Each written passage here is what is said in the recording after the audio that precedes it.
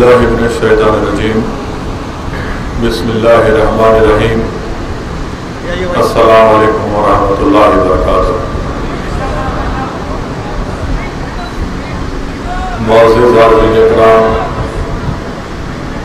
بزرگان ملت، مجلس اتحاد المسلمین کے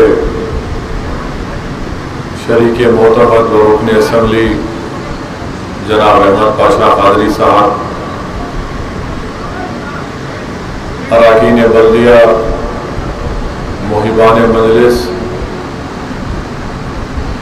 میری عزتدار ماں اور بہنوں، یہ اللہ سبحانہ و تعالیٰ کا بڑا کرم ہے کہ 2 سال کے عرصے کے بعد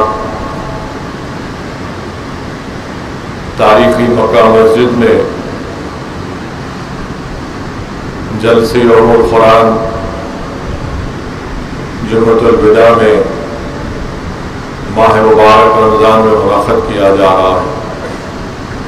اللہ کا لاکھ لاکھ شکر ہے کہ اللہ سبحانہ و تعالیٰ نے ہم تمام کو، بلکہ پوری انسانیت کو اللہ نے اس وبا سے بچایا، اور میں اللہ سے دعا کرتا ہوں کہ کووڈ میں جن ذمہ داروں نے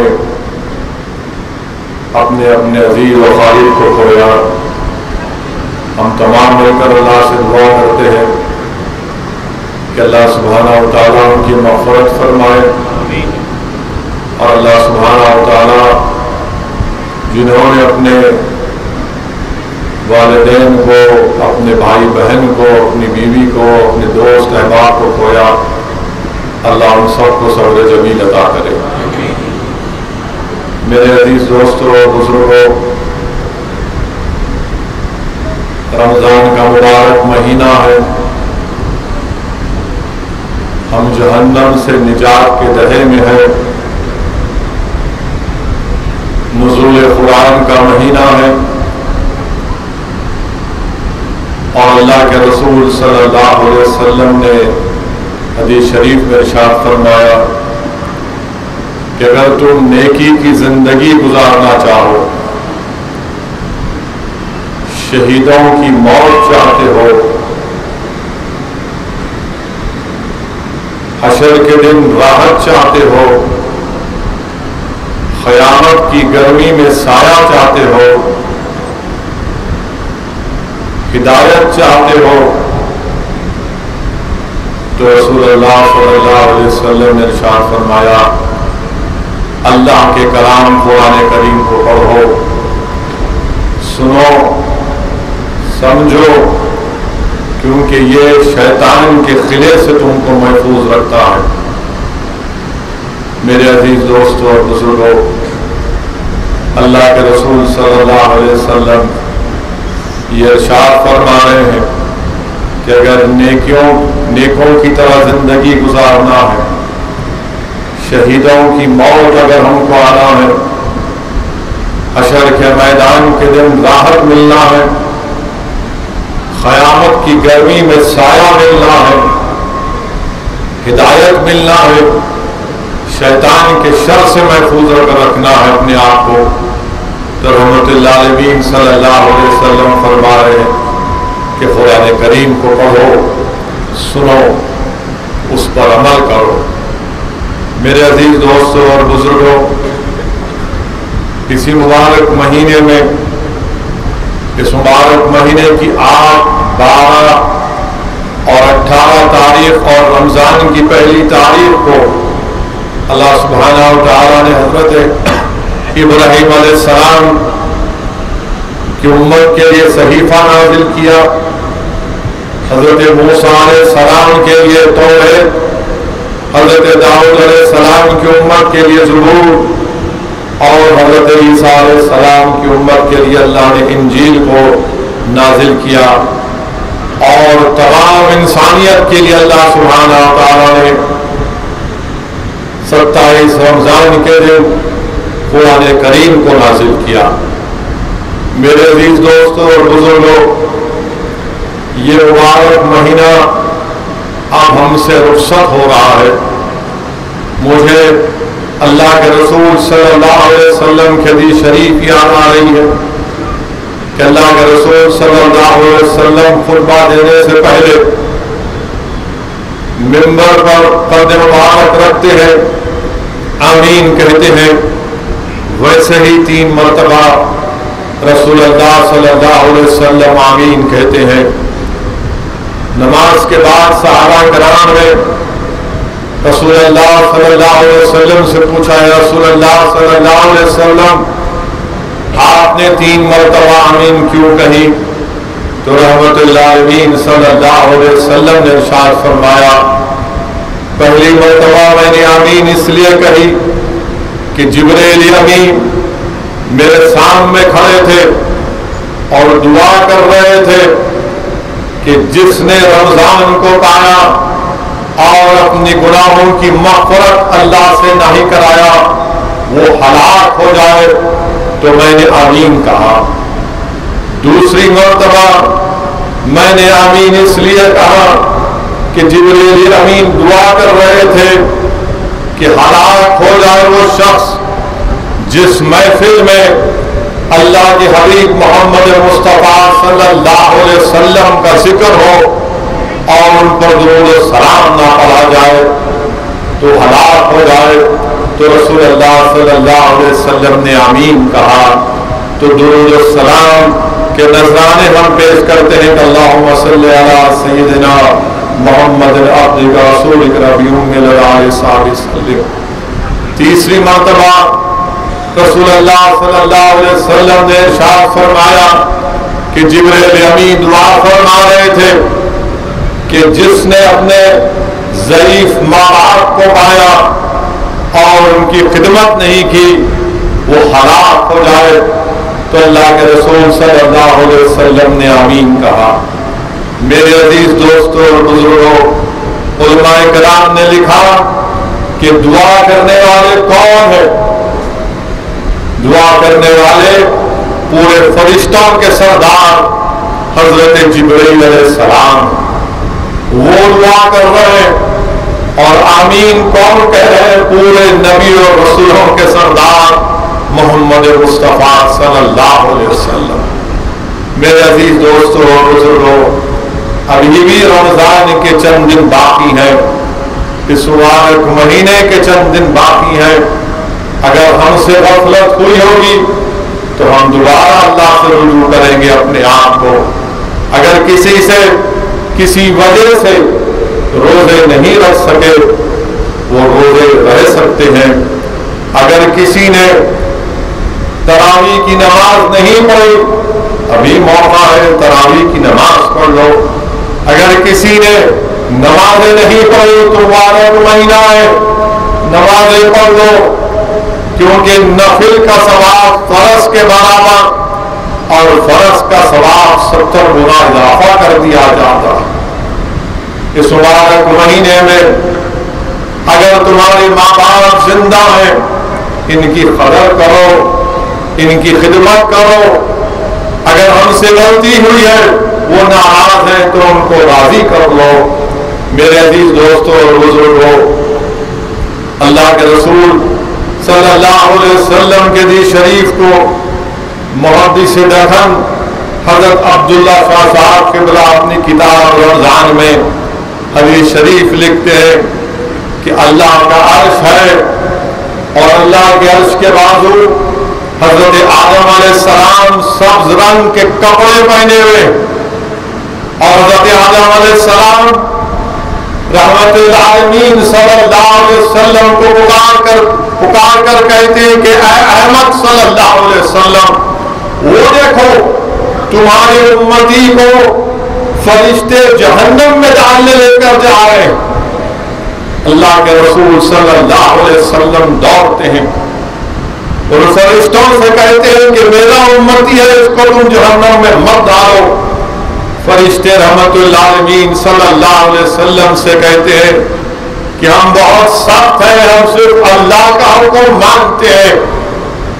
حدیث شریف کے الفاظ ہیں کہ اللہ کے رسول صلی اللہ علیہ وسلم نے اپنا بایاں ہاتھ اپنے سر پر رکھ کر اللہ کی عرش کی طرف دیکھ کر اللہ سے کہا یا اللہ تو نے مجھ سے وعدہ کیا تھا، یا اللہ تو نے مجھ سے وعدہ کیا تھا کہ میرا امتی جہنم میں نہیں جائے گا، آج تو مجھے رسوا مت کر۔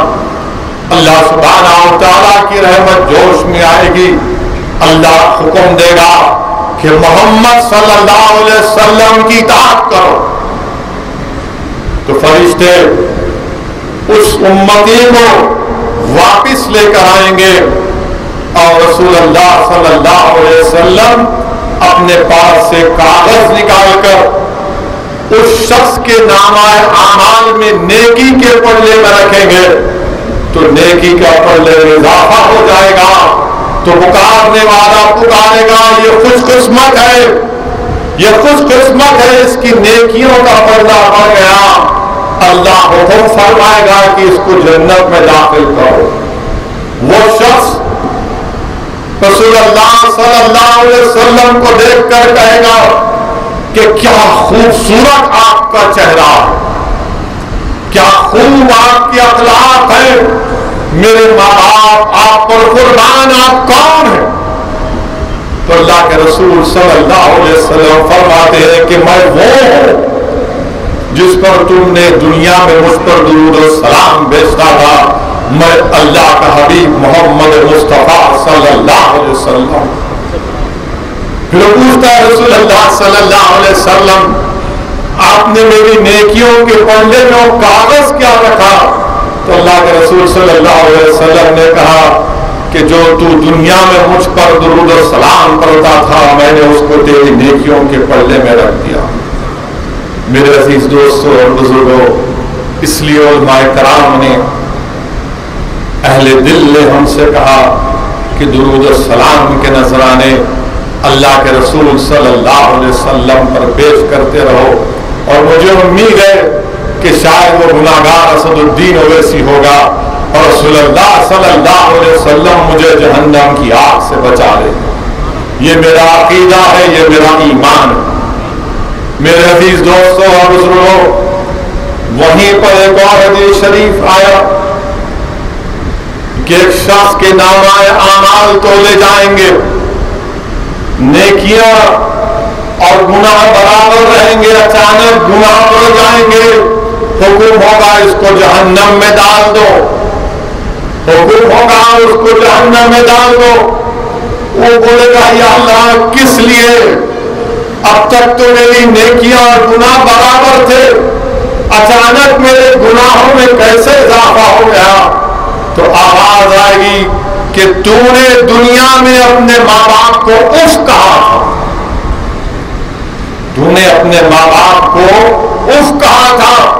تو کہے گا یا اللہ جب میں جہنم میں جا رہا ہوں تو میرا باپ بھی جہنم میں جا رہا ہے، یا اللہ میری نیکیاں میرے باپ کو دے دے جس میں نے اف کہا تھا۔ تو آواز آئے گی کہ دنیا میں آپ تھا، آج کہہ رہا ہے اللہ سے رحمت کی بھیک مانگ رہا ہے، تو اللہ حکم فرمائے گا ان دونوں کو جنت میں داخل کرو۔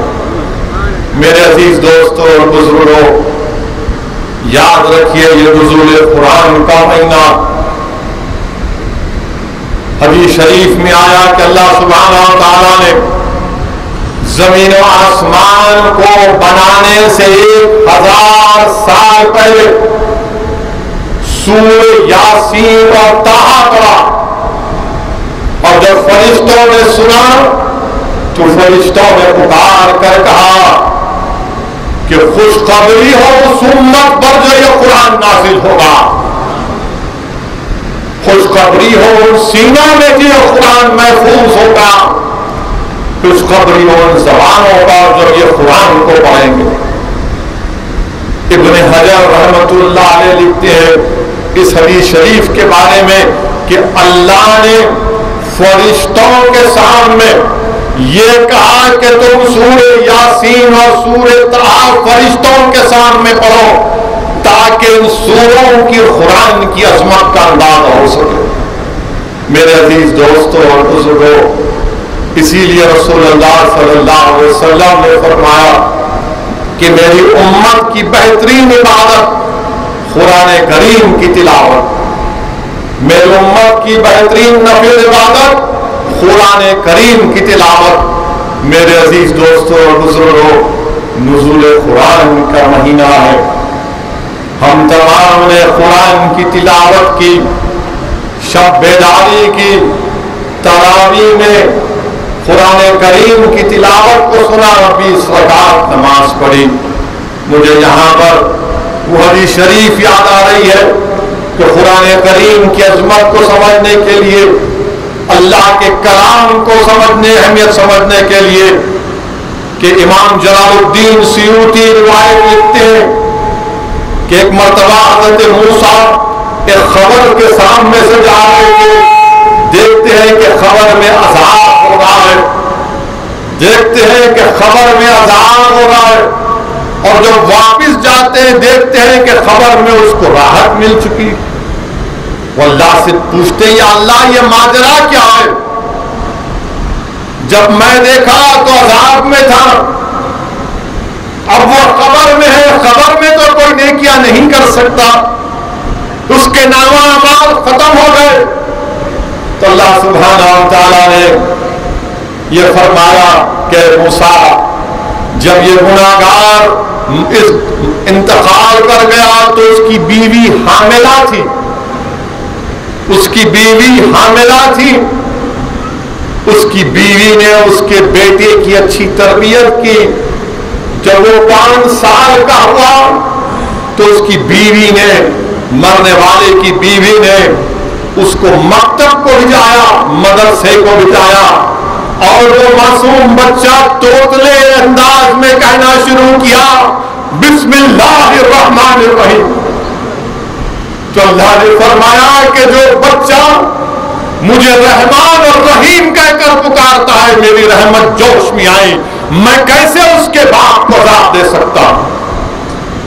میرے عزیز دوستوں اور بزرگوں، اسی لیے اپنی اولاد کو قرآن پڑھنا سکھاؤ، قرآن کی تعلیم سکھاؤ، خود قرآن سیکھو، خود قرآن پڑھو۔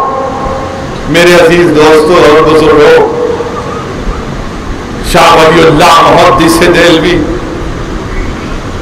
اپنے والد کا واقعہ انفس العارفین میں لکھتے ہیں کہ ایک مرتبہ آپ کے والد شاہ عبد الرحیم رحمت اللہ علیہ سفر میں جاتے ہیں اس زمانے میں، اور گرمی کا موسم ہے، دوپہر میں قافلہ رکتا ہے تو شاہ عبد الرحیم رحمت اللہ علیہ قرآن کریم نکال کر تلاوت کرتے ہیں، رک جاتے ہیں، اچانک زمین سے درود دستیاب ہوتی ہے اور کہتی ہے کہ عبد الرحیم، مجھے مر کر صدیاں ہو چکے ہیں، تمہاری قرآن کی تلاوت سے مجھے تسکین محسوس ہو رہا ہے۔ وہ پھر قرآن کی تلاوت کو جاری رکھتے، دوسری مرتبہ جب ختم کر لیتے تلاوت کو، شاہ عبد الرحیم رحمت اللہ علیہ آپ کے بڑے بھائی جو بازو آرام کر رہے اٹھ جاتے ہیں اور کہتے ہیں، عبد الرحیم، یہاں پر کسی ایک نیک بندے کی خبر ہے، اس نے مجھے خواب میں آ کر کہا کہ تمہاری تلاوت سے اس کی روح کو تسکین مل رہی ہے، تم اپنی قرآن کی تلاوت کو جاری رکھو۔ یاد رکھو مسلمانوں، اسد الدین اویسی بشمول ہم تمام اس دنیا سے چلے جائیں گے، زمین کی غذا بنیں گے، نہیں معلوم کتنی صدیاں، کتنے سال خبر میں رہنا پڑے گا، جب کون آ کر ہماری قبروں پر قرآن پڑھے گا، کون ہماری روحوں کو تسکین پہنچائے گا۔ اسی لیے قرآن پڑھو، جو موقع اللہ نے دیا اس کو غنیمت جانو اور قرآن پڑھتے رہو، قرآن سمجھو، قرآن پر عمل کرو، اور جس کو اردو نہیں آتی، انگریزی کے بھی قرآن ہے، اس کا ٹرانسلیشن ہے، بلکہ اگر کسی کو انگریزی کا ٹرانسلیشن پڑھنا ہے تو میری نظر میں پوری دنیا میں اگر ایک بہترین قرآن کریم انگریزی کا ٹرانسلیشن جو آیا ہے حالیہ دنوں میں، اس کا نام ہے وہ قرآن بیہلڈ، اس کو لکھنے والے کا نام شیخ نور حامیم کیلر ہے۔ جس نے 16 سال اس قرآن کریم کا ترجمہ کیا.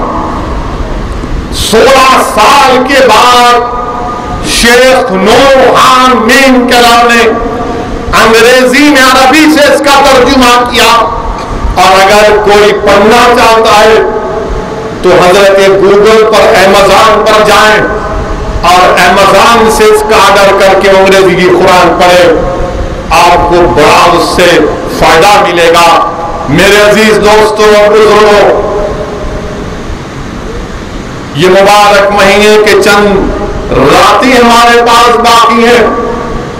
اٹھو رات میں, شب بیداری کرو, رات بھر پھرتے مت رہو. کم سے کم اگر پوری رمضان میں تم نے تہجد کی نماز نہیں پڑھی, کل پڑھو. کل بھی 29ویں شب ہے, شب قدر ہو سکتی ہے, آج کر لو. 2 رکعت پڑھو, 2 رکعت پڑھ لو اور اس کے بعد تمہاری سحری کیا ہے وہ کر لو. اٹھو رات میں, اٹھو میرے عزیز دوستوں اور بزرگوں نوجوانوں, رات میں اللہ سے گفتگو کرو. اپنی تکلیف, اپنا دکھڑا اللہ سے بیان کرو. اپنی مشکلات کو اللہ سے بیان کرو. اس وقت اللہ سبحانہ و تعالی ہماری اور آپ کی آنسوؤں کو تک سنتا ہے. میرے عزیز دوستوں اور بزرگوں, ایک وقت نکالو رات میں, اس مبارک مہینے کی گھڑیوں میں اٹھو, تہجد کی نماز پڑھو. مجھے یہاں پر تفصیل روح البیان حضرت اسماعیل حقی رحمت اللہ علیہ کے حدیث شریف یاد آ رہی کہ اللہ کے رسول صلی اللہ علیہ وسلم امت کی ماں حضرت عائشہ صدیقہ کے ساتھ ہے. رات میں رسول اللہ صلی اللہ علیہ وسلم اٹھ جاتے ہیں. امت کی ماں حضرت عائشہ صدیقہ دیکھتی ہیں کہ رسول اللہ صلی اللہ علیہ وسلم بستر پر نہیں ہے. وہ پریشان ہو جاتی ہے کیونکہ اللہ کے رسول صلی اللہ علیہ وسلم ہمیشہ امت کی ماں حضرت عائشہ صدیقہ کے پاس جب ہوتے تو کہتے کہ کیا آپ مجھے اجازت دیں گے, وقت تو آپ کا ہے, میں اللہ سے عبادت کرنا چاہتا ہوں تہجد کی نماز کی. اس دن رسول اللہ صلی اللہ علیہ وسلم نظر نہیں آئے. امت کی ماں اٹھی, مسجد نبوی اور جنت البقیع کے سامنے درمیان میں دیکھا کہ اللہ کے رسول صلی اللہ علیہ وسلم سجدے میں, رحمت اللہ علیہ سجدے میں. آہٹ آواز آئی, آہٹ کی آواز. تو قائد عالم صلی اللہ علیہ وسلم نے پوچھا کون؟ تو امت کی ماں نے کہا عائشہ.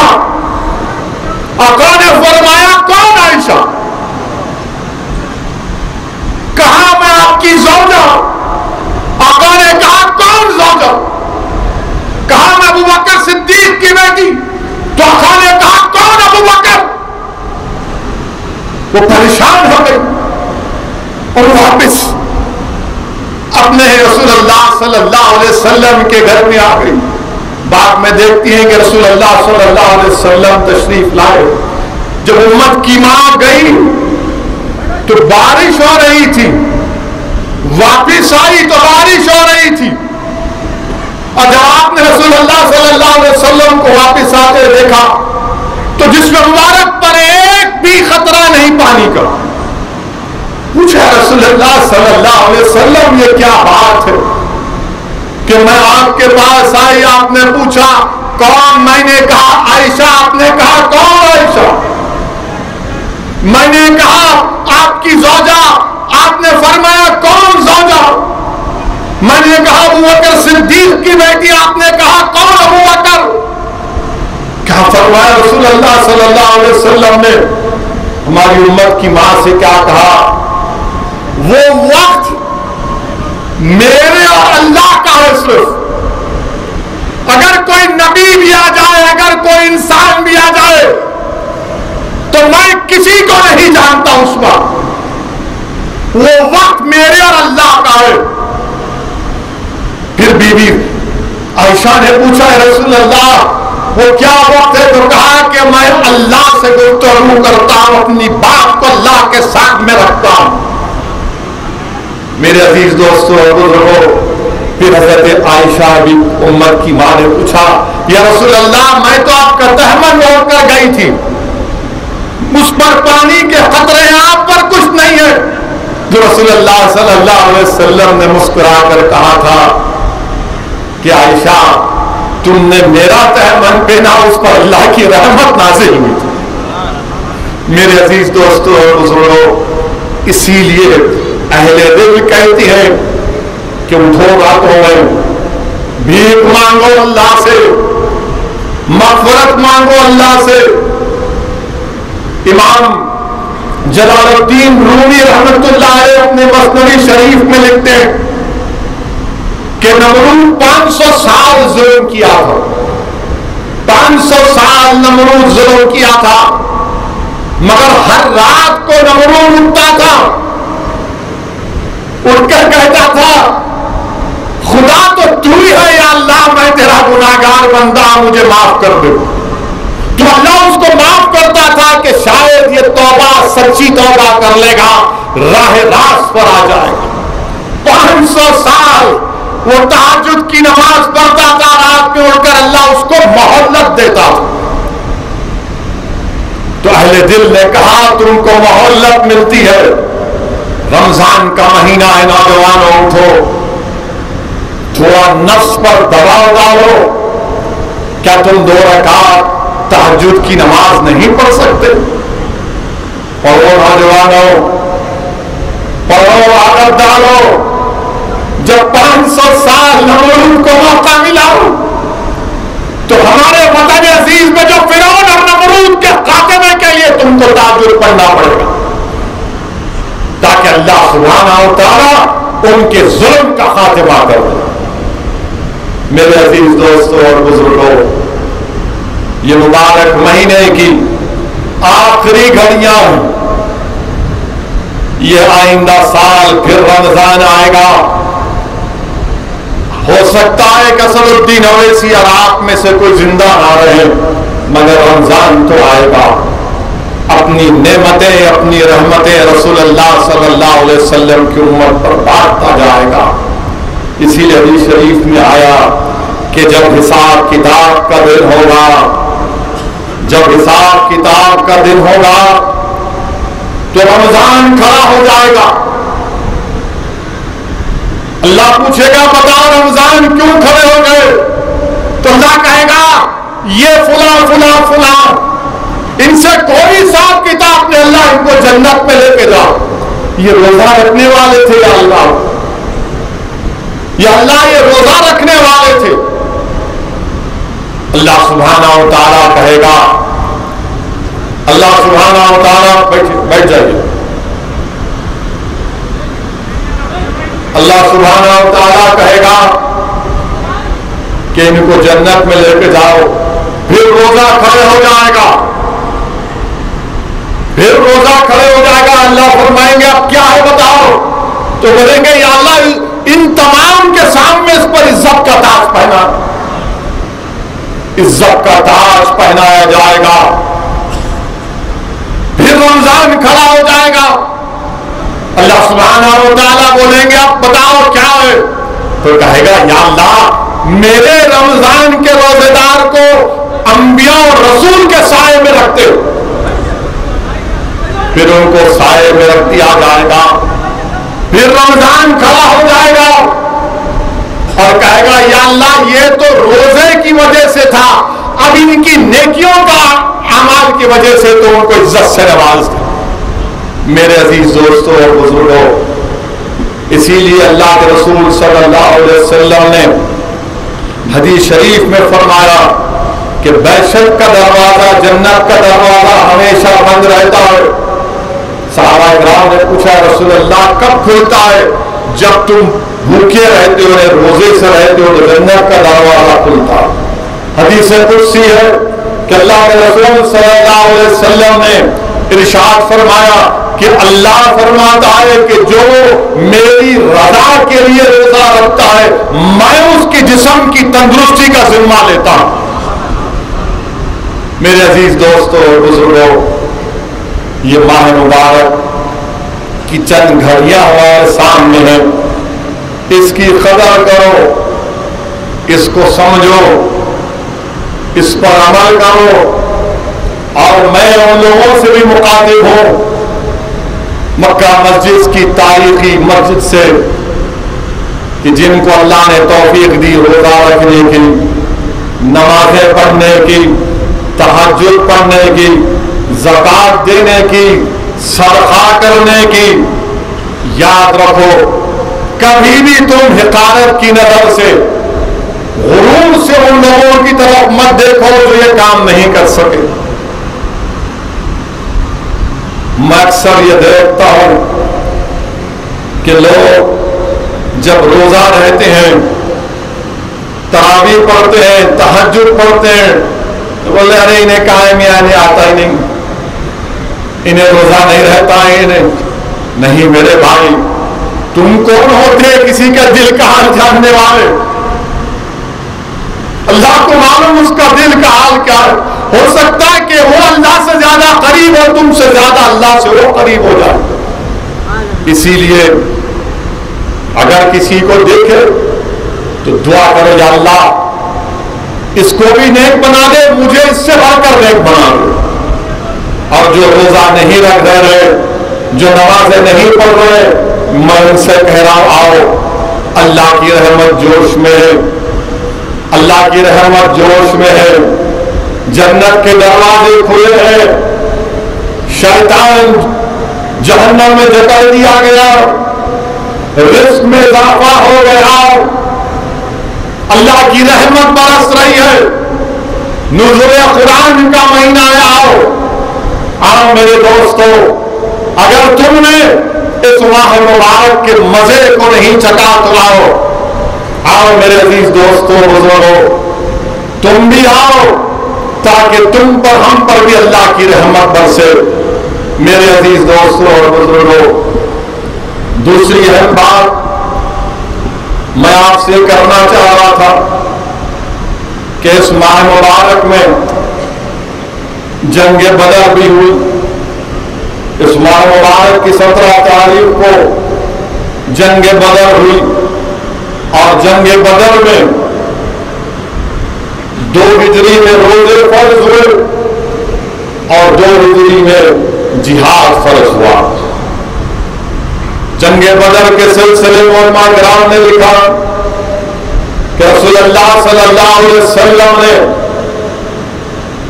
جب نبوت اور رسالت کا اعلان کیا تو 15 سال تک کوئی جنگ نہیں ہوئی، 15 ایئرز تک۔ مگر جب ہجرت ہوئی مدینے کو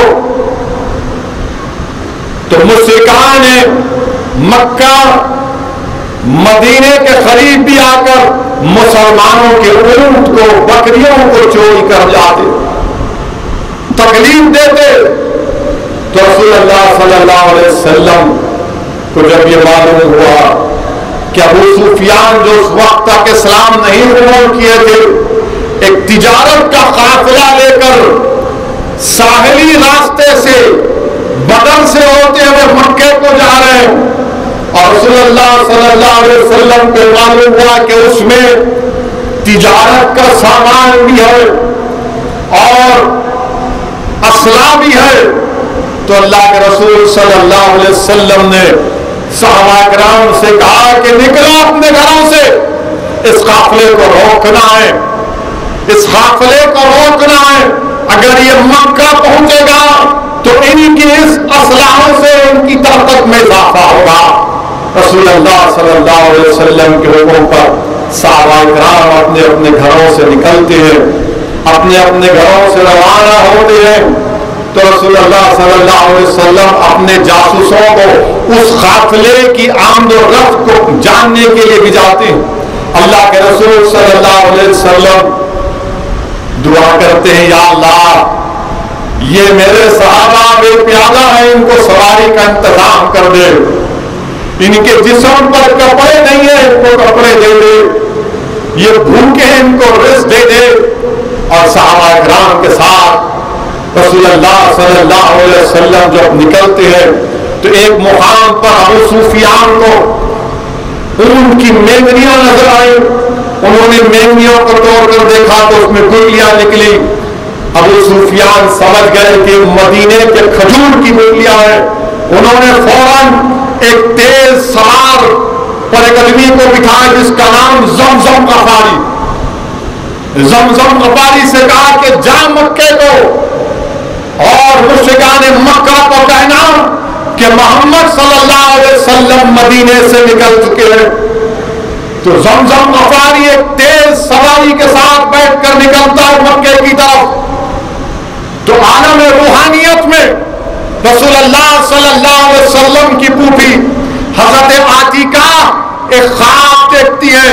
اور خواب کیا دیکھتی ہے کہ ایک اونٹ پر سوار آدمی آ رہا ہے مکے میں اور پکار کر کہہ رہا ہے اے مشرکاؤ تیار ہو جاؤ تمہارے خاتمے کا وقت آ چکا ہے. حضرت عاتیقہ حضرت عباس کو اپنے بھائی کو یہ خواب بتاتی ہے. حضرت عباس ابو جہل کو بولتے ہیں تو ابو جہل غرور و تکبر میں ڈوب کر بولتا ہے کہ عباس کیا تمہاری عورتیں بھی نبوت کا دعویٰ شروع کر دیے؟ اگر 3 دن کے اندر یہ خواب پورا نہیں ہوا تو میں پورے عرب میں بنو ہاشم کو دوحہ قرار دوں گا. تو زمزم غفاری تیسرے دن مکے کو پہنچتا. اور اس زمانے میں خطرے کا سگنل یہ تھا کہ اگر کوئی خطرے کی نیوز دیتا تو اپنے اونٹ کے ناک اور کان کو کاٹ دیتا، کہتا کہ دیکھو خطرے کی گھڑی ہے.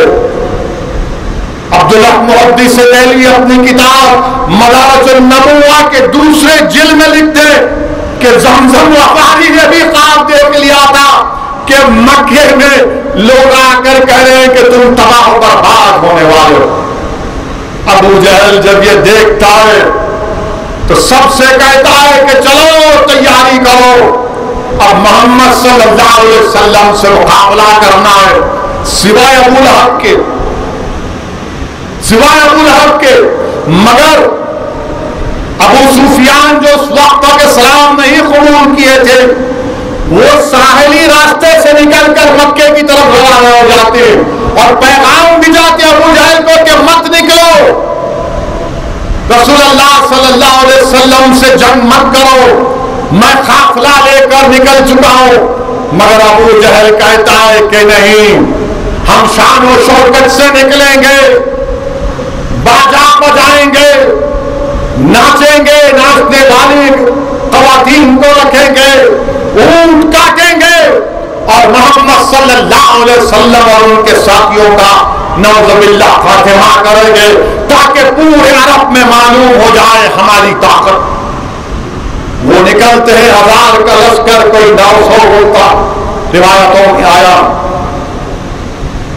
لشکر لے کر ابو جہل کے ساتھ تمام اکرما نکلتا ہے، سب نکلتے ہیں اور رسول اللہ صلی اللہ علیہ وسلم مقام صفرا کے پاس رکتے ہیں اور صحابہ کرام سے کہتے ہیں کہ حضرت جبرائیل علیہ السلام نے مجھے آ کر اطلاع دی ہے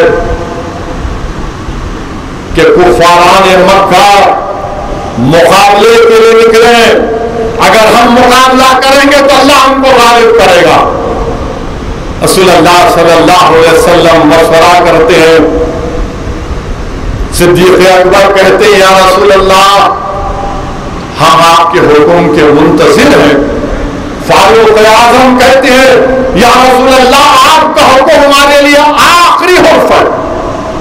حضرت مقداد کھڑے ہوتے اور کہتے ہیں یا رسول اللہ جو اللہ نے آپ سے کہا وہ آپ کر جائیے، ہم قوم موسیٰ کی طرح نہیں ہے جنہوں نے کہا تھا کہ موسیٰ آپ اور آپ کا خدا جا کر لڑے.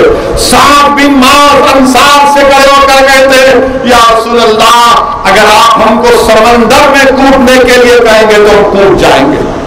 اللہ کے رسول صلی اللہ علیہ وسلم ان کے لیے دعائیں کرتے ہیں، ان کے جذبے جوش سے جہاد اور شہادت کو سلام اور ان کو دعا کرتے ہیں. اور رسول اللہ صلی اللہ علیہ وسلم بدر کے اس مقام کی نشاندہی کرتے ہیں، اس کی جگہ کا انتخاب کرتے ہیں، اور رسول اللہ صلی اللہ علیہ وسلم کے ساتھ کون؟ 313 میں 2 گھوڑے، مشرکان مکہ کے پاس 200 گھوڑے، 70 اونٹ، ان کے پاس روز 10 اونٹ کاٹ کر کھا رہے تھے، تلواریں صرف 2 تھیں، اور وہاں پر سب کے پاس تلوار ذرہ سب کے پاس تھا۔ اللہ کے رسول صلی اللہ علیہ وسلم رات کے اندھیرے میں ٹہل کر کہتے یہاں ابو جہل مارا جائے گا، یہاں عتبہ مارا جائے گا، یہاں فلاں مارا جائے گا۔ اللہ کے رسول صلی اللہ علیہ وسلم کے لیے رات میں عریش بنائی جاؤ، اس زمانے میں کھجور کی ٹہنیوں سے ایک جگہ بنائی گئی تاکہ اللہ کے رسول صلی اللہ علیہ وسلم اس میں آرام فرمائے۔ رسول اللہ صلی اللہ علیہ وسلم رات بھر اللہ کی بارگاہ میں سجدے میں دعا کر رہے، یا حیو یا قیوم، یا اللہ یہ مٹھی بھر لوگ اگر کل ختم ہو جائیں گے تو صبح قیامت تک تیرا نام لینے والا نہیں رہے گا، یا اللہ تو کل ہم کو غالب کر دے۔ حدیث شریف میں آیا کہ رسول اللہ صلی اللہ علیہ وسلم کے کھندے مبارک سے چادر گر جاتی ہے، صدیق اکبر جا کر اللہ کے رسول صلی اللہ علیہ وسلم کو لپیٹتے ہیں اور فرماتے ہیں رسول اللہ، اللہ آپ کو غالب کرے گا، اللہ آپ کو ہی غالب کرے گا۔ رسول اللہ صلی اللہ علیہ وسلم رات بھر دعا فرماتے، جب صبح ہوئی تو اللہ کے رسول صلی اللہ علیہ وسلم نے جہاد پر ایک مختصر سا خطبہ کیا، اور پھر اللہ کے رسول صلی اللہ علیہ وسلم نے مسلمانوں کی فوج کی صف بندی کی۔ جب صف بندی کر رہے تھے تو عمر بن ابی وقاص ایک 14 سال کے لڑکے تھے۔ رسول اللہ صلی اللہ علیہ وسلم نے کہا کہ تم 14 سال کے ہو، تم ہٹ جاؤ۔ انہوں نے کہا رسول اللہ میرا بھائی سعد بن ابی وقاص 16 سال کے، میں ان سے طاقتور ہوں، آپ کشتی کرائیے ہم لوگوں کی۔ کشتی ہوتی ہے تو چھوٹا بھائی بڑے بھائی سے کام میں کہتا ہے کہ بڑے بھائی رحمت العالمین نے تم کو جہاد میں شرکت کر لی، مجھے اس سے محروم ہونے مت دو، تم یہ کشتی ہار جاؤ۔ بڑا بھائی چپ ہو جاتا ہے۔ اللہ کے رسول صلی اللہ علیہ وسلم مسکراتے ہیں، ان کے لیے دعائیں کرتے ہیں۔ مسلمانوں کی فوج کی صف بندی ہو رہی، آقا کے ہاتھ میں تبر کی چھڑی ہے، اور رسول اللہ صلی اللہ علیہ وسلم تبر کی چھڑی سے حضرت سواد انصاری کے پیٹ پر ہلکی سی ضرب مارتے ہیں، تو حضرت سواد انصاری پکار کر کہتے ہیں یا رسول اللہ آپ نے بیجا مجھے مارا، مجھے اس کا بدلہ دیجیے۔ اللہ کے رسول صلی اللہ علیہ وسلم کہتے ہیں اے سواد آجا اپنا بدلہ لے لے۔ حضرت سواد دوڑتے ہیں، کیا منظر ہو رہا، اللہ کے رسول صلی اللہ علیہ وسلم سے سواد لپیٹ جاتے ہیں، سیدھے مبارک کو بوسہ دیتے ہیں۔ رسول اللہ صلی اللہ علیہ وسلم پوچھتے سواد یہ کیا کر رہا ہے؟ حضرت سواد کہتے ہیں یا رسول اللہ زندگی کا آخری وقت ہے، موت میرے سامنے ہے، میں اپنے زندگی کے آخری لمحوں میں اپنے جسم کو آپ کے جسم سے مس کر رہا ہوں۔ یہ جذبہ تھا میرے عزیز دوستوں اور بزرگوں۔ امیہ بن خلف نام یاد رکھو، جس نے حضرت بلال کو تکلیفیں دی تھی۔ جنگ شروع ہوتی ہے، 313 کا لشکر ہے، ساری انسانیت کی تاریخ کو جواب دیا جا رہا ہے کہ دیکھو ہم اللہ کی قدرت پر بھروسہ کرتے ہیں، ہم طاقت اور قوت پر نہیں، ہم اللہ کی قدرت پر بھروسہ کرتے ہیں۔ اور جب جنگ کا میدان شروع ہوا تو اللہ کے رسول صلی اللہ علیہ وسلم نے فاروق اعظم سے پوچھا عمر بتاؤ کیا حکمت ہونی چاہیے جنگ کی، کیا کرنا چاہیے؟ تو فاروق اعظم نے کہا یا رسول اللہ ان مشرکین میں میرا ماموں ہے، میرا رشتہ دار ہے، وہ میں دیکھ لوں گا، جس کا رشتہ دار ہے وہ اس کو دیکھ لے۔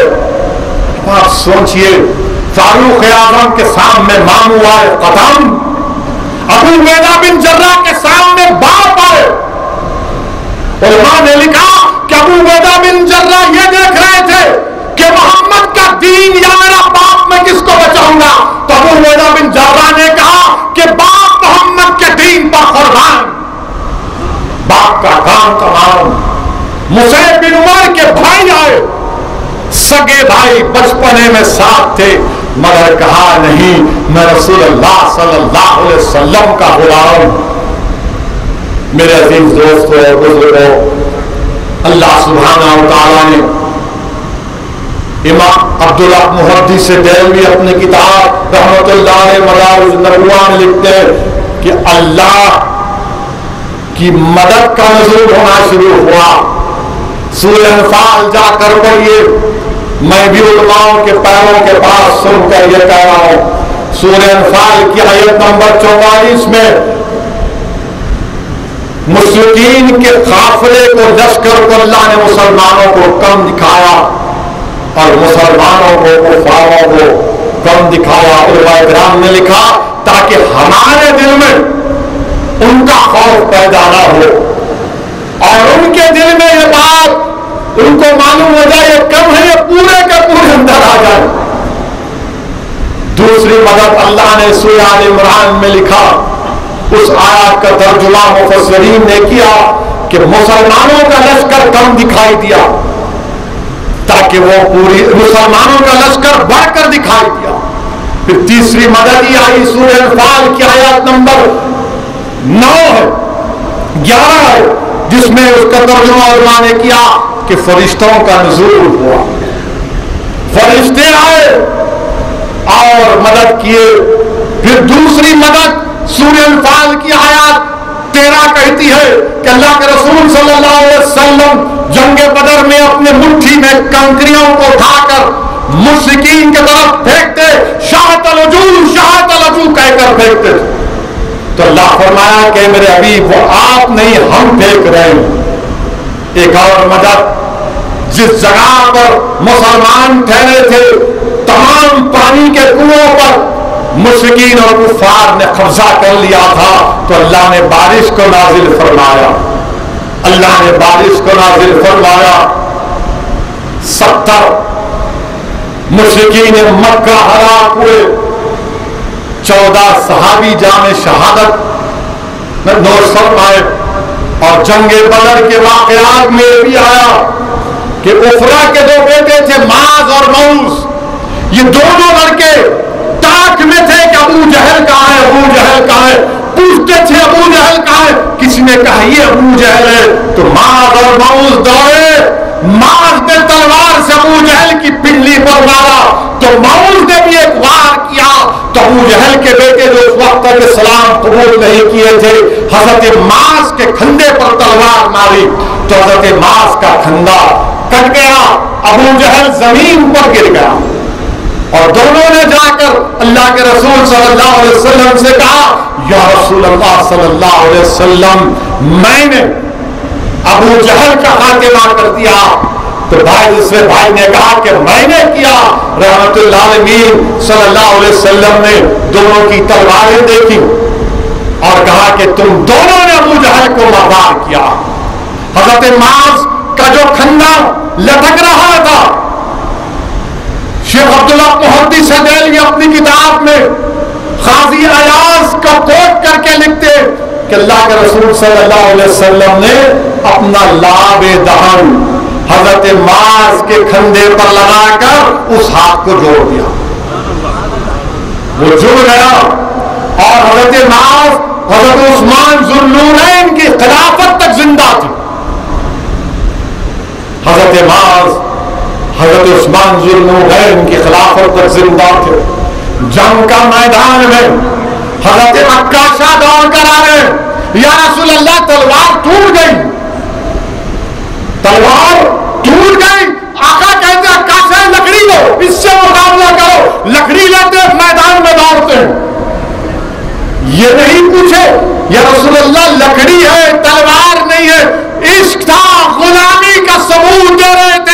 کہ جب محبوب کہہ رہا نہ لکڑی سے تو دوڑتے ہیں، لکڑی سے مقابلہ جب کرتے ہیں وہ تلوار بن جاتی ہے۔ حضرت عکاشہ نے اس کا نام عون رکھا، اور جب تک وہ زندہ تھے وہ تلوار ان کے ساتھ تھی۔ میرے عزیز دوستوں اور بزرگوں، جنگ بدر کیا ہے؟ جنگ بدر یہ پیغام دیتی ہے کہ یوم الفرقان، کفر اور اسلام کے کھلی فرق کا دن، حق اور باطل کے کھلے فرق کا دن، اس لیے قرآن میں یوم الفرقان کہا گیا، یوم الفرقان کہا گیا۔ کیا ہے جنگ بدر؟ اسلام کی کامیابی کا پہلا درس، جذب جہاد اور شہادت جس کا مستحکم ہوتا ہے اللہ ان کو کامیاب اور کامیاب کرتا ہے۔ جنگ بدر تم کو ہم کو آواز اور پیغام دے رہا ہے کہ طاقت اور قوت کی ضرورت نہیں ہے، اگر تم اپنا تن من دھن پورے اخلاص کے ساتھ اللہ کی بارگاہ میں قربان کرنے کے لیے تیار ہو تو اللہ فرشتوں سے تمہاری مدد کرے گا، اللہ ہماری فرشتوں سے مدد کرے گا۔ یاد رکھو مسلمانوں، علماء کرام نے لکھا کہ جب تک ہمارا جذبہ شہادت زندہ تھا عزت کے تاج ہمارے سروں پر رکھے جاتے تھے، جب سے جذبہ شہادت کمزور پڑ گیا ذلیل و رسوائی ہمارا مقدر بن گیا۔ ایک زمانہ تھا ہمارے پاس بہترین ریاضدان تھے، یعنی بہترین میتھمیٹیشین تھے، ہم دنیا کو حساب سکھاتے تھے، ہمارا جذبہ شہادت کمزور ہوا، محبت کم ہوئی، تو آج دنیا ہمارا حساب کر رہی۔ ہمارے پاس بہترین طبیب تھے، ڈاکٹر تھے، ہم دنیا کا علاج کرتے تھے بیماریوں کا، مگر جب سے ہم نے اپنے منصب کو بھلا دیا دنیا ہمارا علاج کر رہی ہے۔ ہم قیمتی کپڑے پہنتے تھے، آج ہمارے غریبوں کو کسی کے اترے ہوئے کپڑے پہننا پڑ رہا ہے۔ جب قرآن میں اللہ نے بہترین قوم قرار دیا تو پھر یہ ذلت کیوں، یہ نقصان کیوں، یہ رسوائی کیوں؟ ہم نے اپنے منصب کو بھلا دیا، اپنے منصب کو بھلا دیا ہم نے۔ میرے عزیز دوستوں اور بزرگوں، جنگ ختم ہوئی، کفاران مکہ گرفتار ہوئے، اللہ کے رسول صلی اللہ علیہ وسلم جب کفاران مکہ کو گرفتار کیے تو اس میں دو صحابی رسول بھی آئے۔ جنگ شروع ہونے سے پہلے ایک کا نام حضرت حذیفہ بن یمان، وہ اور ایک اور صحابی رسول تھے۔ جب جنگ میں آ رہے تھے تب ابو جہل پوچھا کہاں جا رہے؟ بولے ہم جا رہے ہیں صاحب۔ بولے جنگ کرنے جا رہے؟ محمد صلی اللہ علیہ وسلم کے پاس جا رہے؟ بولے نہیں جا رہے، نہیں جا رہے، وہاں پہ وعدہ کرے۔ بولے ہم وعدہ کریں۔ اللہ کے رسول صلی اللہ علیہ وسلم کے پاس آئے، رحمت اللہ عالمین صلی اللہ علیہ وسلم نے پوچھا ابو جہل ملا راستے میں؟ بولے ملا یا رسول اللہ صلی اللہ علیہ وسلم۔ کیا کہا آپ نے؟ وہ روک رہا تھا، ہم سے پوچھا وعدہ کرو کہ تم جنگ میں نہیں آؤ گے، تم نے کہا نہیں آئیں گے، آگے آپ کے پاس ہم جنگ لڑیں گے۔ کیا کہا رحمت اللہ علیہ صلی اللہ علیہ وسلم نے؟ جب تم نے ابو جہل کو وعدہ کیا تم جنگ میں شرکت نہیں کر سکتے۔ وہ صحابی رسول بولے یا رسول اللہ وہ کافر ہے، وہ کافر کو وعدہ کیے۔ بولے مگر وعدہ کرنے والا تو مسلمان ہے، وعدہ کرنے والا تو مسلمان ہے، وہ صحابی جنگ میں نہیں شرکت۔ یاد رکھو جب کسی سے وعدہ کرتے ہو نا، اور میں اپنے آپ سے مخاطب ہوں سب سے پہلے، کیونکہ سیاستدان کی ایک بڑی ذمہ داری ہمارے کندھوں پر ہے۔ بار بار ہم کو یاد رکھنا ہے کہ جب وعدہ کرے عوام سے تو پورا کرنا پڑے گا پیارے۔ یہ وعدہ جنگ بدر میں اللہ کے رسول نے کہا کہ وہ کافر ہو سکتا ہے مگر تم تو مسلمان۔ پھر جنگ بدر میں حضرت عثمان ذوالنورین شرکت نہیں کیے؟ کیوں نہیں کیے؟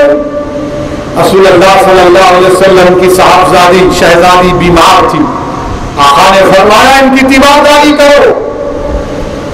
اب یہاں پر موجودہ دور میں اگر کسی دوست سے پوچھیں گے پاشا آج حلیم کھانے دیر سے آیا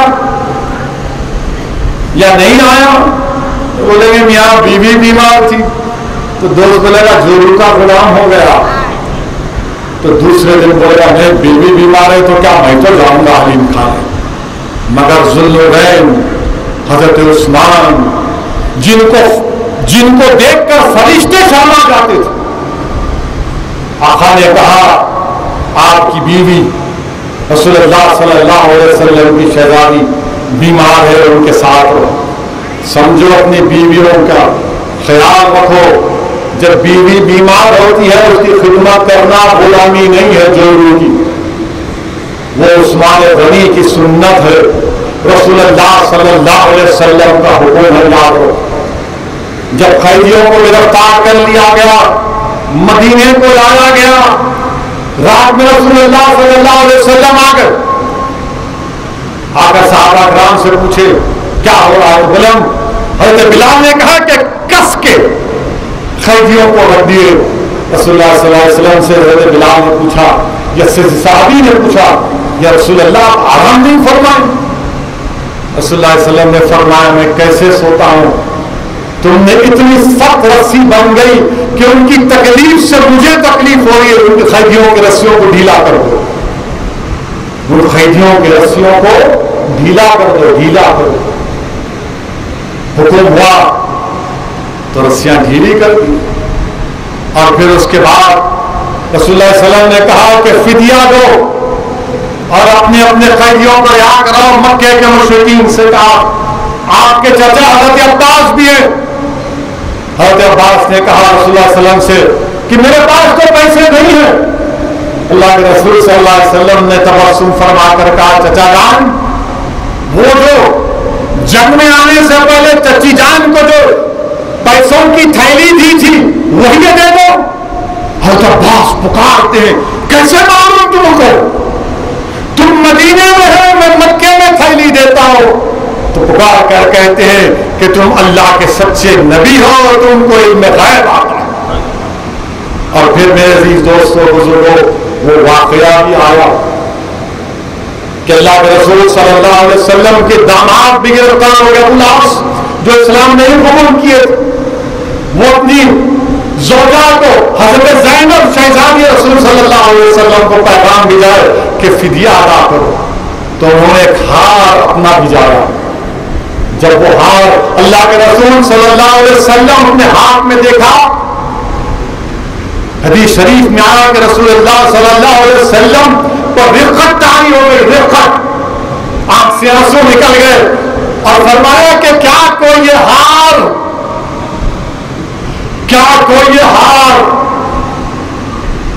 زینب کو واپس لوٹا دے اور اس قیدی کو بھی چھوڑ دے، کیونکہ وہ ہار ہماری امت کی ماں حضرت خدیجہ کبریٰ نے حضرت زینب کو شادی کے تحفے میں دیا تھا۔ اللہ کے رسول صلی اللہ علیہ وسلم بی بی خدیجہ سے اتنی محبت کرتے کہ جب ہار کو دیکھا بی بی خدیجہ کا تو رفقت طاری ہو گئی۔ اور کون بی بی خدیجہ؟ کون بی بی خدیجہ؟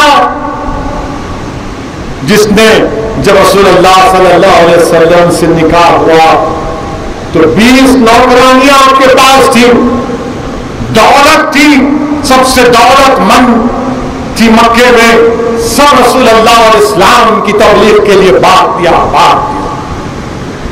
ایک وقت ایسا آیا کہ کوئی کام کرنے والی نہیں تھی، اور بی بی خدیجہ ان پر اللہ لاکھوں سلام، وہ کھانا پکا رہی ہے، کھانا پکا کر جب لے کر آتی ہے تو آقا عالم صلی اللہ علیہ وسلم فرماتے ہیں اے خدیجہ جبریل امین آئے ہیں اور یہ پیغام دے رہے کہ اللہ تم کو سلام بھیجتا ہو، اللہ تم کو سلام بھیجتا ہو۔ بی بی خدیجہ پر اللہ نے سلام بھیجا۔ میرے عزیز دوستوں اور بزرگوں، بی بی خدیجہ نے اسلام کے لیے بڑی مصائب اور مشکلات اٹھائی۔ جب بی بی خدیجہ کا وصال کا وقت قریب آیا تو آپ نے رسول اللہ صلی اللہ علیہ وسلم سے عرض کیا کہ میں ایک رسول کی زوجہ ہوں، نہیں معلوم کہ میں نے کوئی حقوق ادا کیے نہیں کیے۔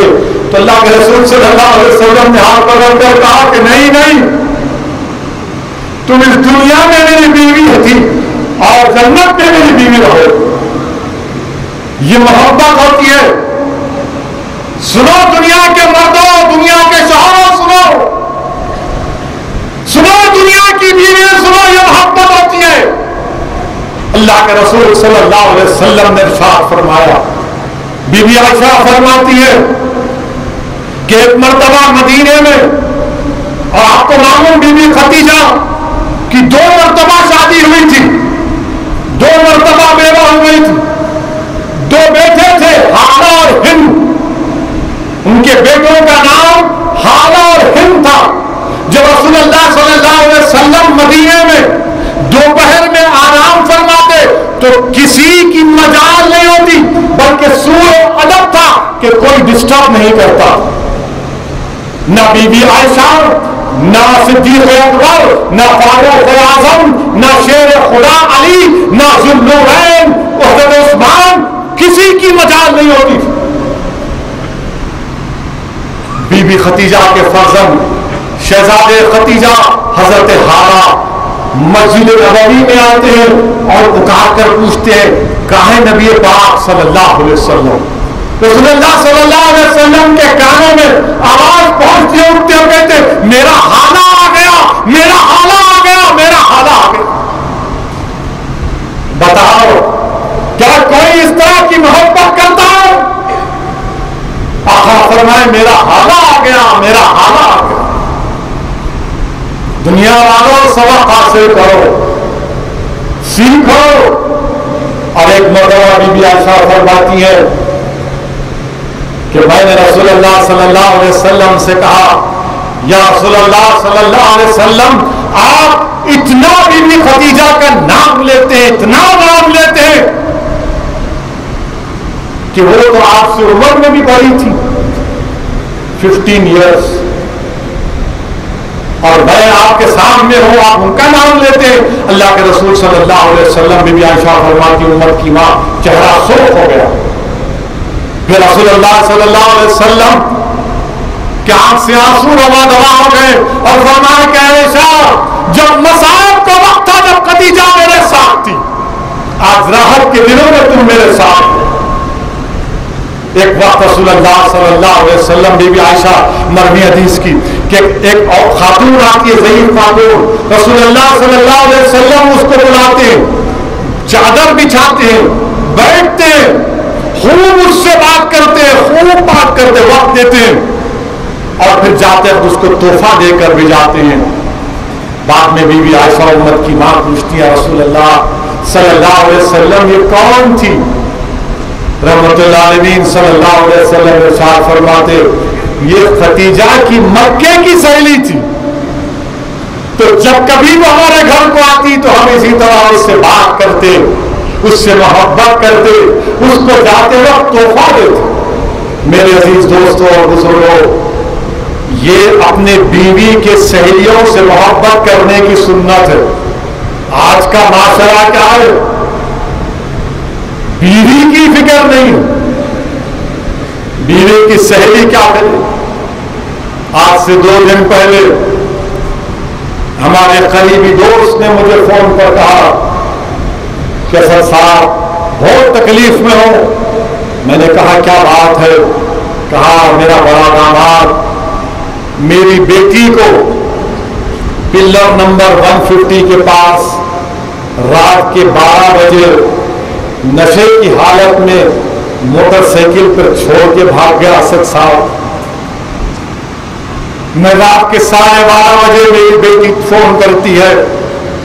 اب سوچو کہ آپ باپ ہیں، رات کے 12 بجے آپ کی بیٹی بولتی ہے کہ ابا فلاں ویران جگہ پر میرے ظالم شوہر نے نشے کی حالت میں مجھے چھوڑ کر بھاگ گیا، کیا بیتی ہوگی اس باپ پر، کیا بیتی ہوگی اس باپ پر۔ عزیز دوستوں اور بزرگوں، میاں بیوی ایک دوسرے کے لیے کپڑا، قرآن کہہ رہا ہے جسم کا کپڑا ہے، اور کپڑے کا کام کیا ہے؟ دھول سے بچانا۔ کپڑے کا کام کیا ہے؟ جب جسم پر پہنتے ہیں تو علماء نے لکھا کہ گناہوں سے بچانے بیٹی سے کوئی کرے گا، تو جب میں سنا تو مجھے سر میں درد شروع ہو گیا، کیونکہ اللہ نے مجھے بھی اولاد دی ہے۔ مجھے لگا کہ کوئی میری بیٹی سے ایسا کر دیا۔ میرے عزیز دوستوں، میں حضرت زینب کی تمام، حضرت خدیجہ کبریٰ کے واقعات آپ کے سامنے رکھا، حضرت رقیہ کا واقعہ سامنے رکھا ہوں۔ اپنی بیویوں سے اچھا برتاؤ کرو، اچھا پیش آؤ۔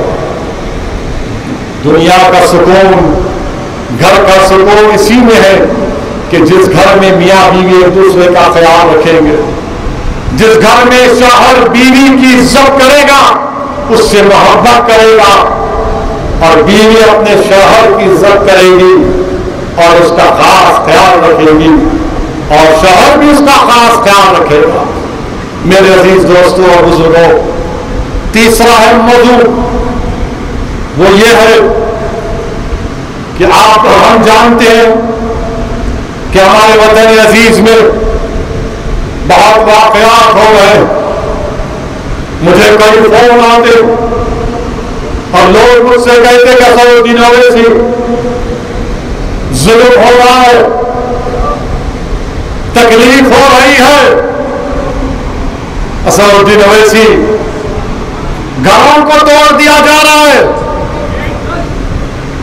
دکانوں کو توڑ دیا جا رہا ہے۔ اسد الدین اویسی ہمیں برباد کر دیا جا رہا ہے۔ کوئی کہتا ہے کہ ہم کو ڈر ہو رہا ہے، کوئی کہتا ہے کہ ہم کو فکر ہو رہی ہے۔ میں آپ تمام کے درمیان میں ٹھہر کر کہہ رہا ہوں، ڈرنے کی ضرورت نہیں، خوف کھانے کی ضرورت نہیں ہے۔ اپنے ہمت اور حوصلے کو بلند رکھو، اپنے ہمت اور حوصلے کو بلند رکھو۔ کیوں حوصلے اور ہمت کو بلند رکھو؟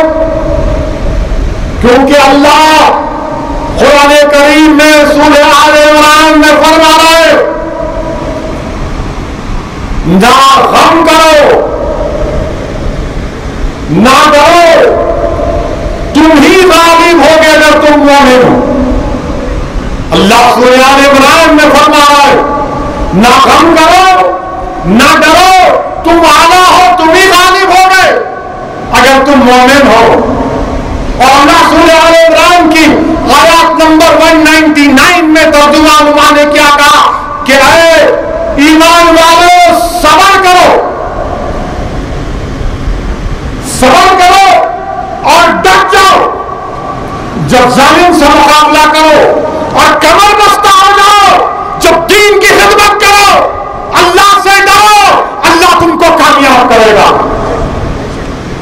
اور پھر اللہ سورہ کہف میں فرما رہا ہے، ان لوگوں سے ہم سے اللہ مخاطب ہے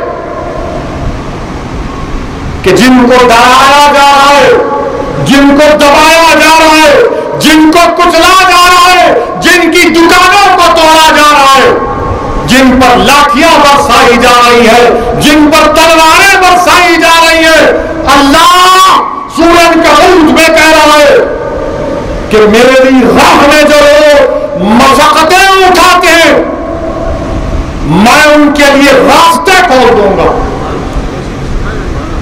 جو میری راہ میں مشقتیں اٹھاتے ہیں، میں ان کے لیے راستے کھول دوں گا، راستہ نہیں، راستے کھول دوں گا۔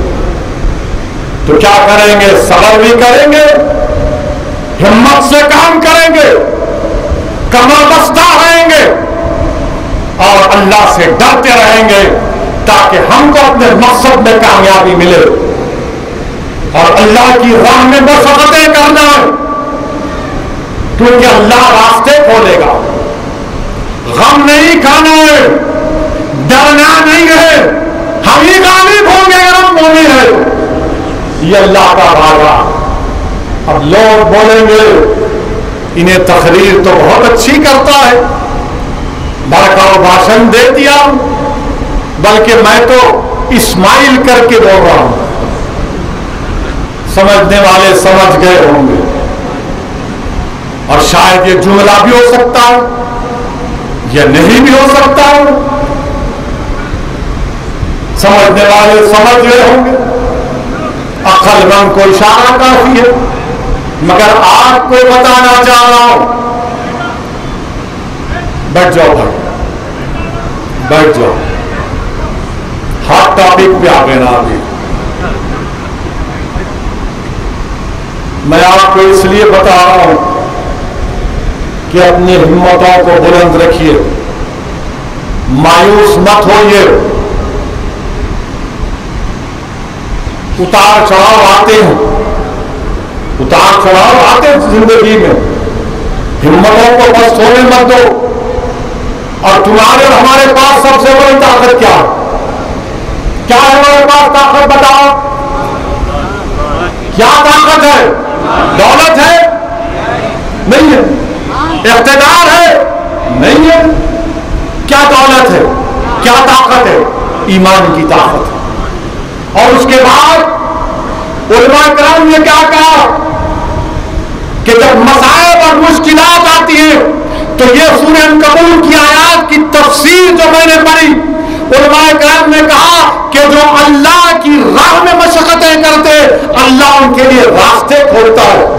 تو اس کے لیے کیا ہے کہ دولت ایمان اور یقین, دولت ایمان اور یقین پیدا کرو, اللہ سے رجوع ہو جاؤ.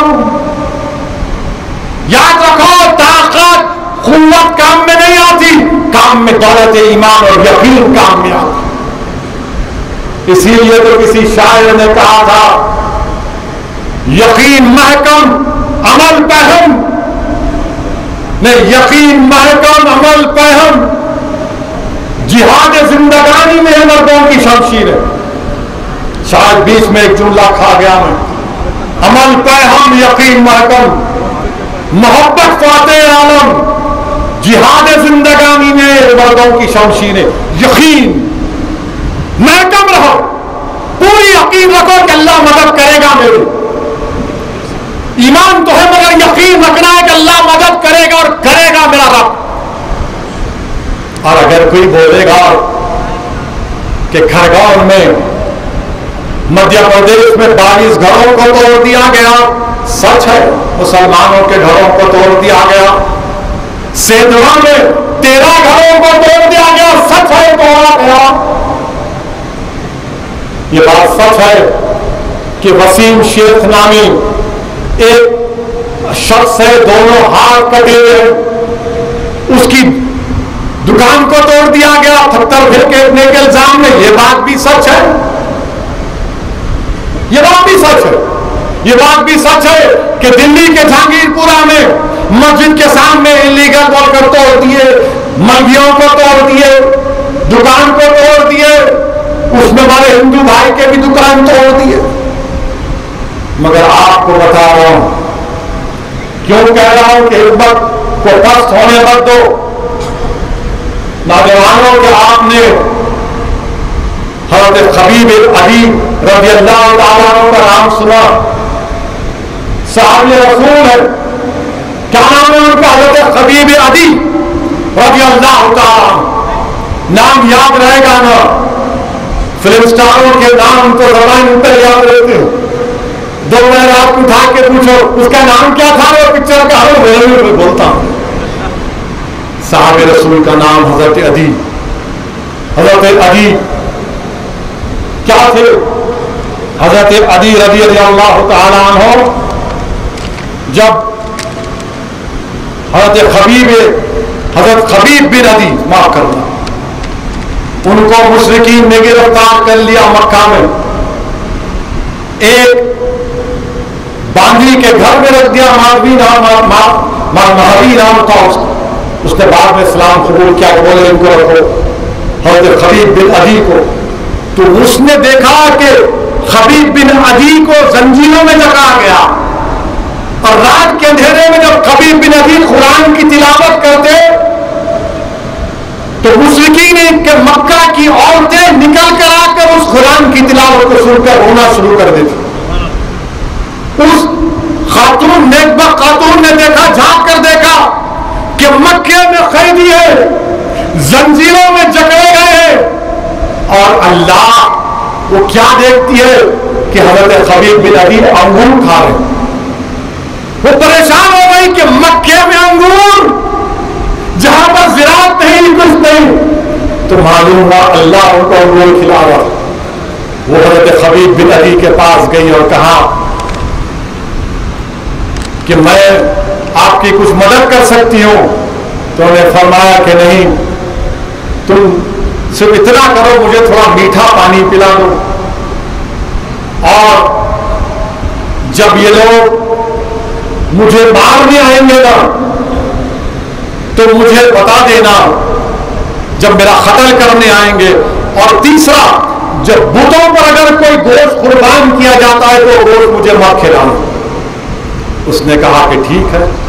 پھر بعد میں آ کر کہا کیونکہ وہ 4 مبارک مہینے تھے، ذی الحجہ کے، ذی قعدہ کے، محرم کے، جب کسی کو مارا نہیں جاتا تھا، وہ 4 مہینے ختم ہوئے۔ اس نیکبخت خاتون نے آ کر کہا کہ خبیب بن عدی اب تم کو مارا جائے گا، تم کو سولی پر لٹکایا جائے گا، مکے کے آگے جا تنیم ایک جگہ ہے وہاں پر تم کو سولی پر چڑھایا جائے گا۔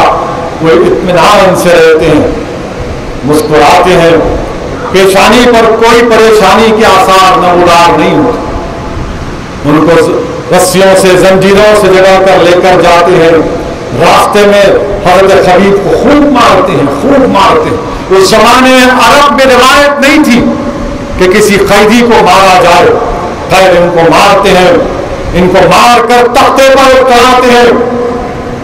تو پوچھتے بتاؤ تمہاری کوئی خواہش ہے کبھی؟ کہتے ہاں، خواہش تو نہیں، میں صرف 2 رکعت نماز پڑھنا چاہتا ہوں، 2 رکعت نماز پڑھنا چاہتا ہوں۔ بولے پڑھ لو۔ 2 رکعت نفل نماز پڑھے، جلدی پڑھ لیے، اور اس کے بعد ان ظالموں سے، مشرکین سے مخاطب ہو کر کہا کہ میں زیادہ دیر تک نماز پڑھ سکتا تھا مگر نہیں پڑھا، اس لیے کہ تم یہ سمجھو گے کہ میں موت سے ڈر گیا، میں موت سے ڈر گیا۔ اس کے بعد حضرت خبیب بن عدی نے اشعار پڑھے۔ میں جب یہ پورا مضمون پڑھا میرے رونگٹے کھڑے ہو گئے۔ حضرت خبیب نے اشعار عربی میں پڑھے، اس کا ترجمہ یہ ہے، سنیے۔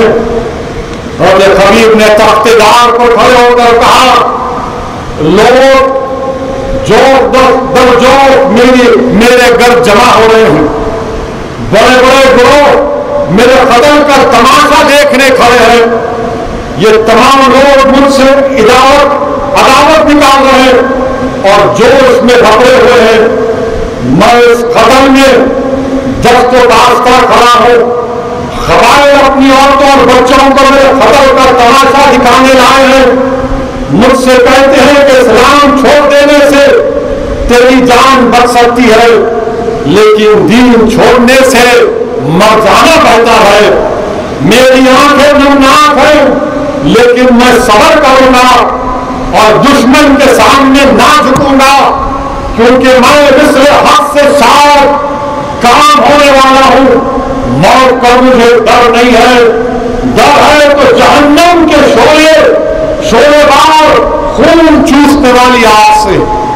یہ صحابی رسول ہیں جن کے تعلق سے رحمت العالمین نے فرمایا کہ میرے صحابی آسمان میں ستاروں کے مانند ہیں، جو کوئی ان کی پیروی کرا وہ جنت میں چلا جائے گا۔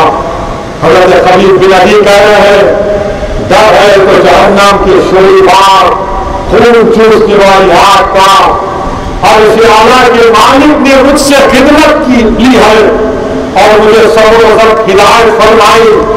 دین حق کے دشمنوں نے یہ تکلیف اپنی بیان کر رہے ہیں کہ دین حق کے دشمنوں نے مار مار کر میرے گوشت کا بھرتا بنا دیا ہے، میں اپنی غریب الوطنی اور بے کسی کی فریاد اپنے خالق سے کرتا ہوں۔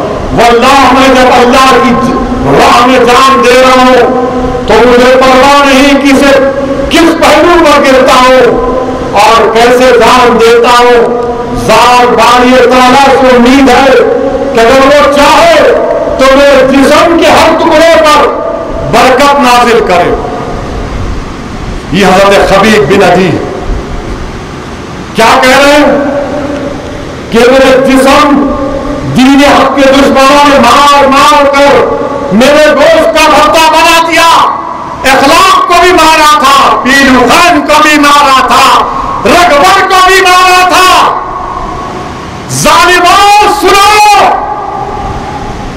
یہ خبیب بن عدی تک پر کھڑا کر کہہ رہا ہے مجھے موت سے ڈر نہیں ہے۔ ہم خبیب بن عدی کے غلاموں کے غلام ہیں، ہم تمہارے ظلم سے ڈرنے والے نہیں ہیں۔ ہم موت سے نہیں ڈریں گے، نہ تمہارے ظلم سے ڈریں گے، نہ تمہاری طاقت سے ڈریں گے، نہ تمہاری قوت سے ڈریں گے۔ اگر مقابلہ کرنا ہے تو صبر سے کریں گے، مگر میدان نہیں چھوڑیں گے، یاد رکھو۔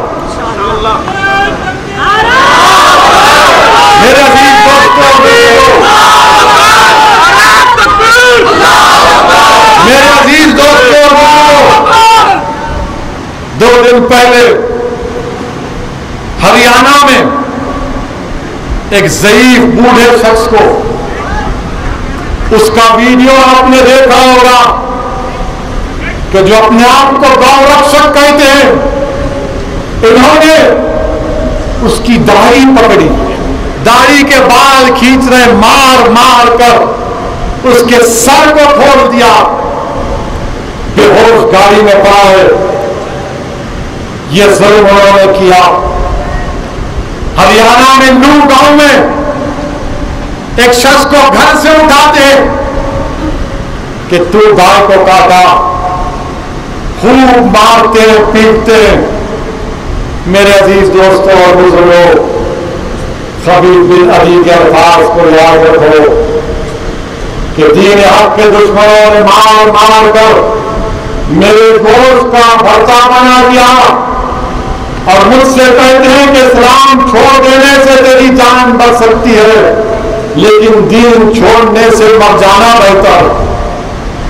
تم چھوڑو گے اسلام کو؟ تم چھوڑو گے اسلام کو؟ تم چھوڑو گے دین کو؟ کہ اگر کوئی تم کو ظالم مارے گا بیجا تم چھوڑو گے؟ میرے عزیز دوستوں اور بزرگوں، اب کیا ہوتا ہے؟ خبیب بن عدی کھڑے ہوتے ہیں اور اس پھانسی کا پھندا اپنے گلے میں ڈالتے ہیں اور مشرکین سے کوئی آواز لگاتا ہے کہ خبیب بن عدی کیا یہ اچھا ہوتا کہ تیری جگہ پر محمد صلی اللہ علیہ وسلم ہوتے؟ پکارتے نہیں نہیں نہیں، ہرگز نہیں ہرگز نہیں۔ میں یہ بات گوارا بھی نہیں کر سکتا کہ میرے آقا کے تلوے میں کانٹا چبھے۔ نہیں نہیں، کہا کہ نہیں، محمد صلی اللہ علیہ وسلم کو نہیں چھوڑو۔ اور پھر اس کے بعد خبیب بن عدی کیا کہتے ہیں؟ یاد رکھو اس جملے کو، تاریخی جملہ اپنے ذہنوں میں رکھ لو اس بات کو۔ اگر آپ رسول اللہ صلی اللہ علیہ وسلم سے سچی محبت کرتے ہیں تو خبیب عدی کے جملے کو یاد رکھو۔ حضرت خبیب عدی نے کہا کہ یا اللہ، میرا سلام میرے آقا محمد مصطفیٰ صلی اللہ علیہ وسلم کو پہنچا دینا کہ میں نے دین کے حق میں اپنی جان دینے جا رہا ہوں۔ یا اللہ، میرے آقا کو میرا سلام پہنچا دینا۔ مدینے میں رسول اللہ صلی اللہ علیہ وسلم بیٹھے ہیں، مدینے میں محمد مصطفیٰ صلی اللہ علیہ وسلم صحابہ کے رضی اللہ تعالیٰ عنہ کے ساتھ بیٹھے ہیں۔ فرماتے ہیں کہ جبرائیل امین نے مجھے آ کر حضرت خبیب بن عدی سے ظلم ہو رہا ہے، مجھے اس کا سلام پہنچایا، کہا ہماری یہ ظلم کے بھی داستان آقا کے دربار میں کوئی پہنچا دے۔ یا رحمت اللہ العالمین، جس سرزمین سے آپ کو میٹھی ہوا آتی ہے، وہاں کی آپ کی امت پر ظلم ہو رہا ہے یا رسول اللہ، یا رسول اللہ ظلم ہو رہا ہے آپ کی امت پر۔ آقا ہم کو ظلم کے ذریعے مٹانے کی کوشش کی جا رہی ہے، مگر یا رسول اللہ صلی اللہ علیہ وسلم ہم آپ کے امتی ہیں، ہم خبیب بن عدی کے غلاموں کے غلام ہیں، ہم صبر کریں گے، میدان نہیں چھوڑیں گے، کمر کسیں گے، اللہ سے ڈر کر صرف ان لوگوں سے مقابلہ کریں گے۔ میرے عزیز دوستوں اور بزرگوں، خبیب بن عدی کو جب پھانسی دے دی گئی تو خبیب بن عدی نے اپنے چہرے کو قبلے کی طرف کر لیا، اپنے چہرے کو، تو مشرکین مکہ نے کہا پلٹاؤ اس کے چہرے کو، پلٹاؤ اس کے چہرے کو قبلے سے۔ جان باقی تھی، ایمان دیکھو آپ۔ اور خبیب بن عدی نے کہا، قرآن کی آیات پڑھی کہ جدھر بھی دیکھو اللہ ہی اللہ ہے۔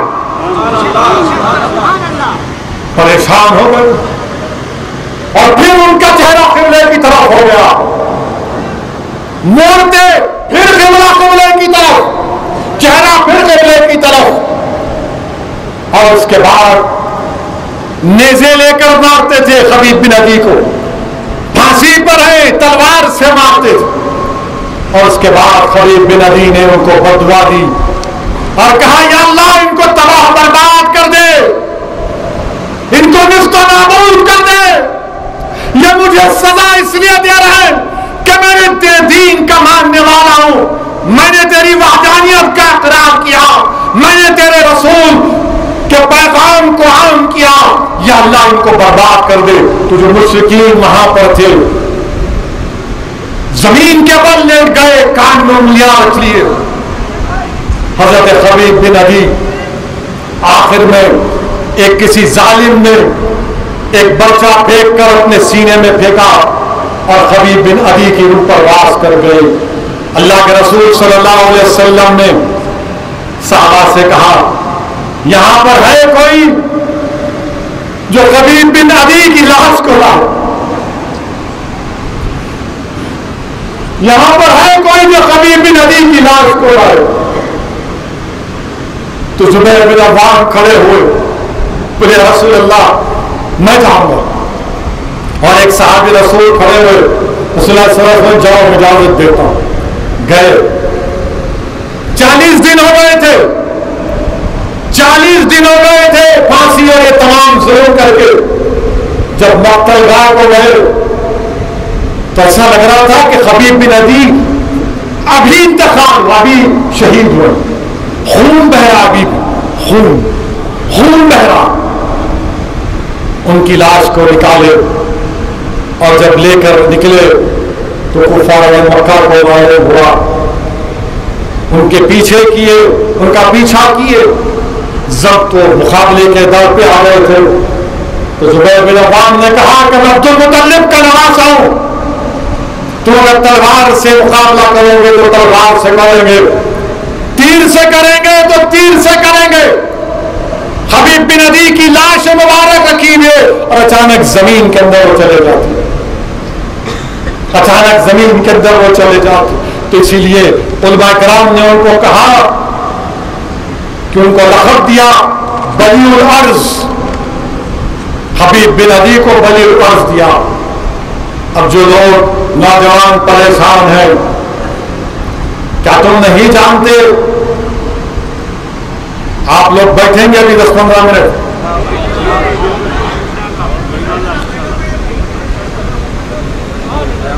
جو لوگ، جو مسلمان بھارت میں یہ تکلیف کے ظلم کے مظاہرے دیکھ کر ذہنی طور پر ذرا الجھن کا شکار ہیں، کیا ظلم ہو رہا ہے؟ کیا تم بھول گئے خندق، جنگ خندق میں سید الشہداء امیر حمزہ کی شہادت کو؟ جب وحشی نے حضرت امیر حمزہ کو تیر مارا اور جب آپ شہید ہو گئے تو وحشی نے آپ کا سینہ چاک دیا، پورا سینہ کھول دیا، کلیجہ نکالا، جا کر ہندا کو دیا تو ہندا نے آپ کے کلیجے کو چبایا، واپس خندق کے میدان میں آئی اور حضرت حمزہ سید الشہداء کے کان اور ناک اور پیر کو کاٹا، ناک کے زیور بنائے، کان کے زیور بنا کر مکے میں گئی۔ یاد رکھو امیر حمزہ کی شہادت کو، کیا تم بھول گئے اللہ کے رسول صلی اللہ علیہ وسلم جس کے لیے زمین و آسمان بنائی گئی، دندان مبارک شہید ہوئے احد میں؟ کیا تمہاری تکلیف اس سے بڑھ کے تکلیف ہماری تکلیف نہیں؟ کیا تم بھول گئے مکے کا شہر ہے اور جس مبارک پر اون کی بھری ڈالی جا رہی ہے؟ کیا تم بھول گئے کہ طائف کا سفر ہے؟ رسول رحمت صلی اللہ علیہ وسلم طائف کے سفر میں جاتے ہیں تو گھیر لیا جاتا ہے، نعرے لگائے جاتے ہیں، نعرے لگائے جا رہے ہیں، پتھر پھینکے جا رہے ہیں۔ بتاؤ 1400 سال میں کچھ بدلا؟ جب بھی نعرے لگا رہے تھے، جب بھی پتھر برسائے، آج بھی نعرے لگا رہے ہیں، آج بھی پتھر برسا رہے ہیں۔ اس وقت آقا دو عالم صلی اللہ علیہ وسلم اتنے پتھر برسائے کہ آقا دو عالم کو اپنے خون میں، جسم مبارک خون میں بھر گیا، نالے مبارک چپک گئی خون سے۔ کیا تم بھول گئے حضرت بلال کو؟ کیا تم بھول گئے حضرت بلال کو؟ حضرت بلال کے بارے معلوم جو نوجوان آج پریشان ہے یہ نظارے دیکھ کر کہ بلڈوزر آیا توڑ دیا، یہ کہا ہمت رکھو یقیناً ظلم ہو رہا ہے، مگر بلال کی، حضرت بلال کی اس داستان کو یاد رکھو کہ مکہ ہے، مکے کی وادی ہے، چلچلاتی دھوپ ہے، حضرت بلال کے گلے میں رسی ڈال دی گئی اور بچوں کے ہاتھ میں رسی دی گئی کہ گھسیٹتے جاؤ، بلال کو لے کر جاؤ۔ کون بلال؟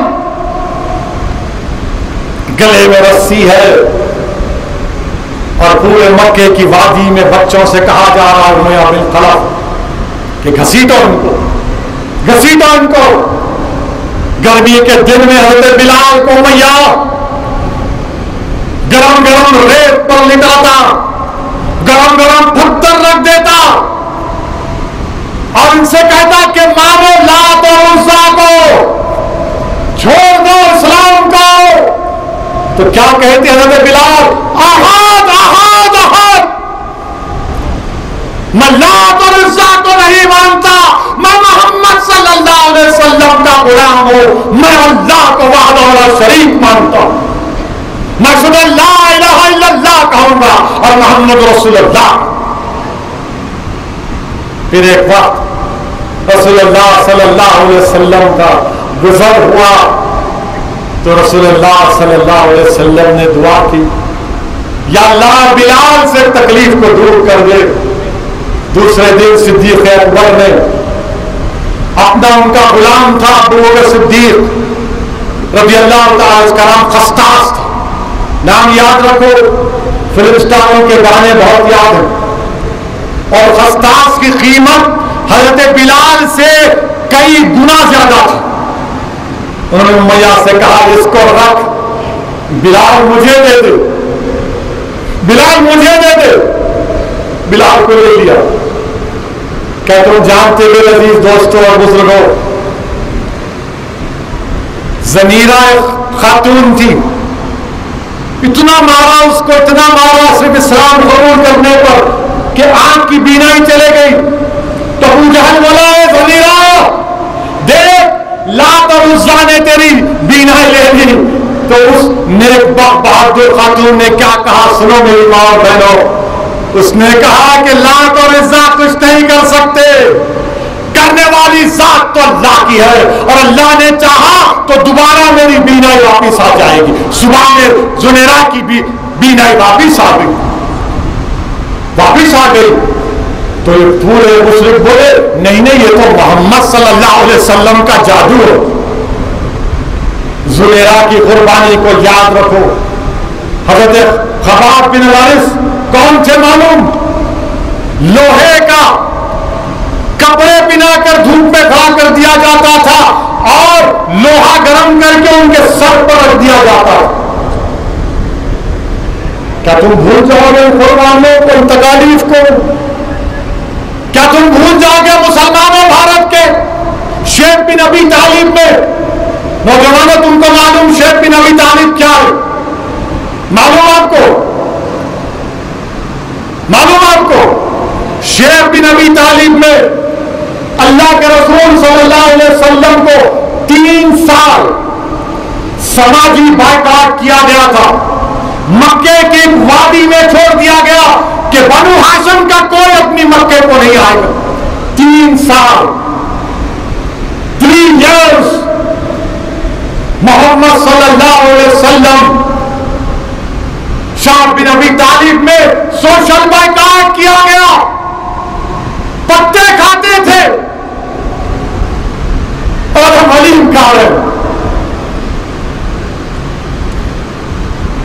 اللہ کے رسول صلی اللہ علیہ وسلم اور صحابی پتے کھاتے تھے، پتے کھاتے تھے، پتے۔ پانی مل گیا تو مل گیا 3 سال۔ آج کھرگون میں مسلمانوں سے کہا جا رہا ہے کہ ان کا سماجی بائیکاٹ کرو۔ ظالموں، تم نے کوشش کر لی 1400 سال پہلے، تم اس وقت کامیاب نہیں ہوئے، ابھی بھی نہیں ہوگے انشاءاللہ۔ آج کھرگون میں کہا جا رہا ہے کہ مسلمانوں کا بائیکاٹ کرو، دکانوں سے کچھ مت خریدو۔ کیا تم رزاق ہو؟ کیا تمہارے بائیکاٹ سے اللہ مجھے رزق نہیں دے گا؟ ہاں کم ہو جائے گی، مگر مجھے رزق تو اللہ دینے والا ہے، وہ رزاق ہے۔ 3 سال جب ہوئے تو اللہ کے رسول نے اپنے چچا سے کہا کہ آپ جائیے اور جا کر ان مشرکین مکہ سے کہیے کہ جو معاہدہ جو لکھ کر لگا دیے تھے مکے کے اندر اور اس کو مقفل کر دیے تھے، ان سے کہنا کہ وہ جو لکھے تھے نوٹس، جیسا آج کھرگون کی دیواروں میں لکھ دیا گیا مسلمانوں کا بائیکاٹ کرو، ان سے کچھ مت خریدو، جب وہ لکھا گیا تھا اس میں اللہ کا نام بھی لکھا گیا تھا۔ تو رسول اللہ صلی اللہ علیہ وسلم نے ابو طالب سے کہا کہ جا کر ان سے کہیے کہ دیمک نے سب کھا گئی سوا اللہ کے نام۔ 3 سال سماجی بائیکاٹ۔ کیا تم بھول گئے؟ کیا تم بھول گئے فاروق اعظم کی شہادت کو؟ کیا تم بھول گئے ذوالنورین کی شہادت کو؟ کیا تم بھول گئے شیر خدا کی شہادت کو؟ وہ علی جو اللہ کا شیر ہے، جس کو دیکھنا عبادت، ان کی شہادت۔ کیا تم بھول گئے کہ تمہارا دین جو تم کو ملا ہے،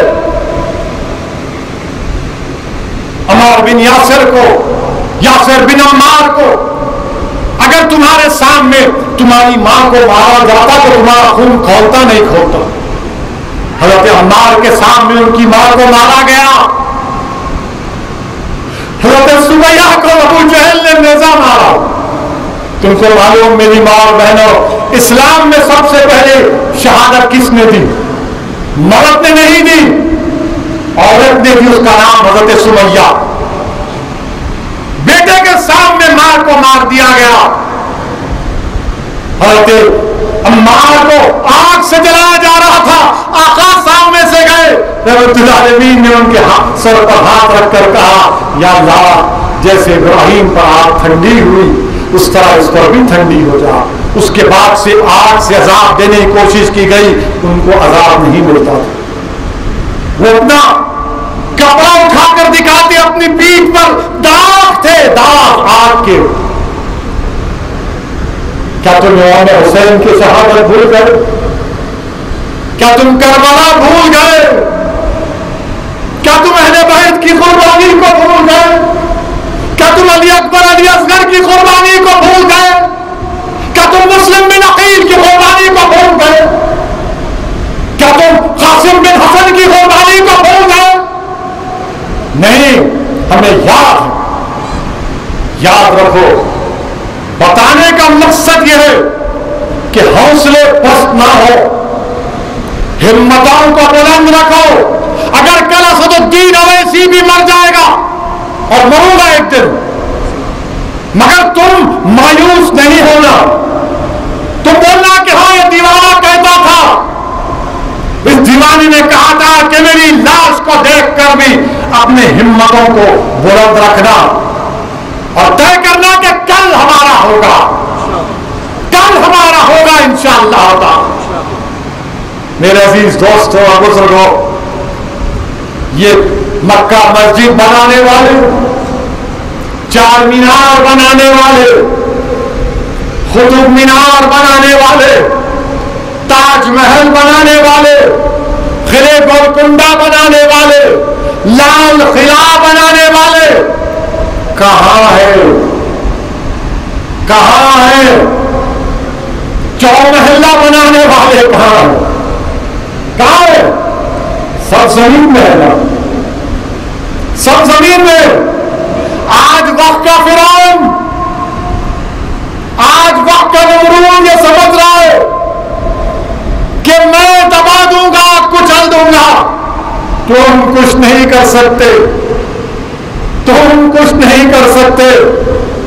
ہم ہمت ہارنے والوں سے نہیں ہے، ہم صبر کے ساتھ میدان میں کھڑے ہو کر جمہوری طریقے سے مقابلہ کریں، ہم کمر بستہ رہیں گے نا، اپنی ہمت کو بلند رکھیں گے نا، صبر کریں گے، مگر صبر کر کے میدان نہیں چھوڑنا۔ امام حسین نے ظلم کے خاتمے کے لیے، حق کی کامیابی کے لیے، باطل کو شکست دینے کے لیے، امام حسین نے اپنی گردن کٹا دی، اپنی اولاد کو قرآن قربان کر دیا۔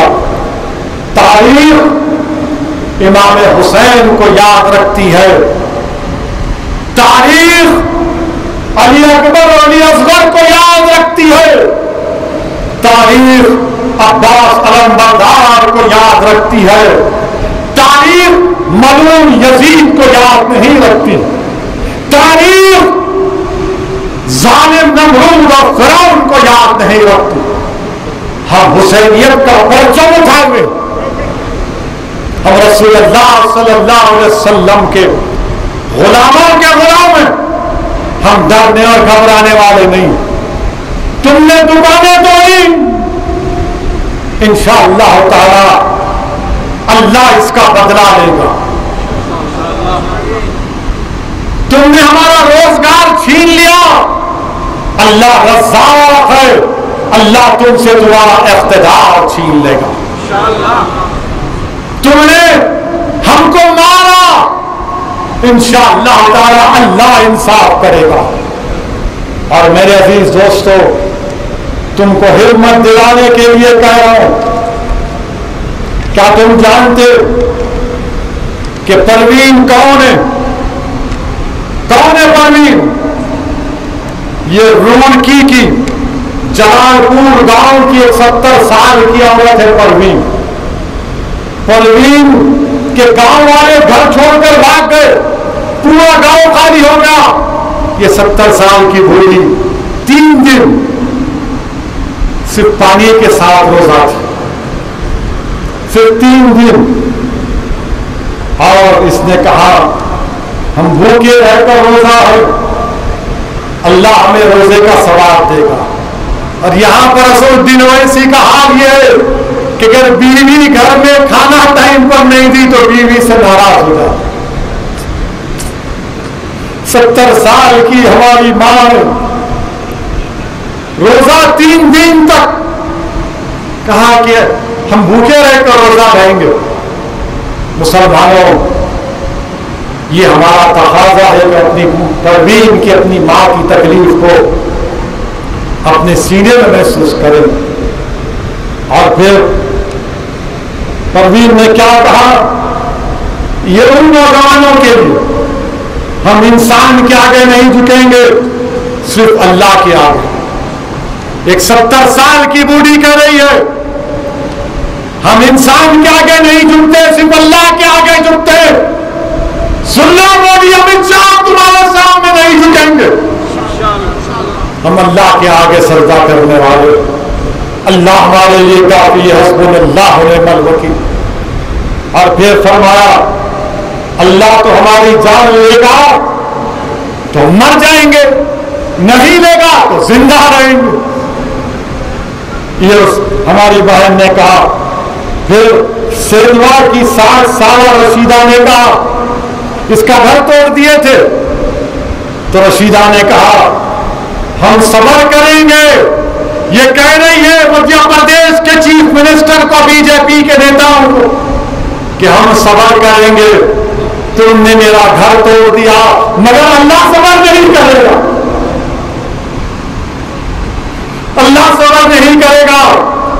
یہ 60 سالہ رشیدہ کہہ رہی ہے انشاءاللہ تعالی اللہ اس کا جواب دے گا۔ جب کوئی غریب اور مظلوم بے کسی کے عالم میں کہتا ہے اللہ دیکھ لے، تو اللہ کی رحمت جوش میں آتی ہے۔ ظالم ظلم کرتا ہے مگر چند دن کے لیے کرتا ہے۔ میرے عزیز دوستوں اور بزرگوں، میں آپ سے صرف یہی کہہ رہا ہوں کہ اپنے حوصلوں کو بلند رکھیے، ڈرنے اور گھبرانے کی ضرورت نہیں۔ یہ جو کچھ دلی میں ہوا، مدھیہ پردیش میں سیندوا میں ہوا، کھرگون میں اور کھیروڑی میں ہوا، انشاءاللہ تعالی ہم سب مل کر اپنی اپنی استطاعت سے ان کی مدد کریں گے نا؟ اگر نہیں کر سکتے تو دعا تو کرو گے نا؟ تہجد میں ان کے دعا کرو گے ان کے لیے؟ کریں گے آپ؟ آج روزہ کھولتے وقت دعا کریں گے؟ بیٹھیے، ابھی تھک گئے کیا؟ بیٹھو، حلیم کھانے، ابھی ٹائم ہے حلیم کھانے کا، ابھی 2.5 گھنٹے باقی ہے پیارے۔ ابھی تو پکڑی ہوگی، شاہ ہاؤس، پستہ ہاؤس، شاداب، کیا کیا ہونے ہوگا۔ کھاؤ اچھا، مگر پیٹ ہے، گندی پیٹ مت بناؤ اس کو۔ آپ دعا کریں گے نا؟ میرے عزیز دوستوں اور بزرگوں، اپنے حوصلوں کو بلند رکھیے، دعا کریے، مدد کریے۔ اس ہمارے وطن عزیز میں بی جے پی مسلمانوں کے خلاف ایک نفرت کے طوفان کو کھڑا کر دیا، نفرت کے طوفان کو کھڑا کر دیا ہے۔ تو مسلمانوں، تم کو تمہارے رسول کا واسطہ، صبر کا دامن نہیں چھوڑنا، ہمت سے کام لینا، کمر کس لینا، اور آئین کے دائرے میں رہ کر، کانسٹیٹیوشن کے دائرے میں رہ کر اس ظلم کا مقابلہ کرنا۔ بی جے پی یہی چاہتی ہے کہ ان کو اتنا دباؤ، اتنا دباؤ، اتنا مارو کہ ہتھیار اٹھا لو۔ ہمارا ہتھیار کیا ہے آپ کو معلوم؟ ہمارے ہتھیار ہے ہمارے ہاتھ۔ ہم دعا کریں گے اور ہم ہمت سے کام کریں گے۔ اور یہ میں نہیں کہہ رہا ہوں، ہمارے وطن عزیز کے ایک ریٹائرڈ وظیفے یاب فارن سیکرٹری تھے، ان کا نام شام سرن صاحب۔ شام سرن نے اخبار میں ایک آرٹیکل لکھ کر کہا اگر یہ 15 کروڑ مسلمان اس میں سے مٹھی پر اگر ریڈیکلائز ہو جائیں گے تو ملک میں سیکورٹی کا کیا ہوگا؟ کیا ہوگا؟ یہ میں نہیں کہہ رہا ہوں، یہ شام سرن صاحب نے لکھا۔ دیش کا ہوم سیکرٹری تھا پلئی، وہ خط لکھ رہا ہے مودی کو کہ مسلمانوں پر ظلم ہو رہا ہے۔ مگر میرے عزیز دوستوں اور بزرگوں، کیا مجلس کی بات سچ نہیں تھی؟ اور سچ ہے اور سچ رہے گی۔ سالار کہتے تھے، اس سے پہلے عبدالواحد اویسی کہتے تھے، اور آج یہ دیوانہ آپ سے وہی کہہ رہا ہے کہ مسلمانوں تم کو اپنی سیاسی قیادت بنانا پڑے گا، تم کو اپنی سیاسی لیڈرشپ بنانا پڑے گا۔ میں پکارتا ہوں، کہتا ہوں، مجھ پر الزام لگاتے لگاؤ، مجھے کوئی اس کی پرواہ نہیں ہے۔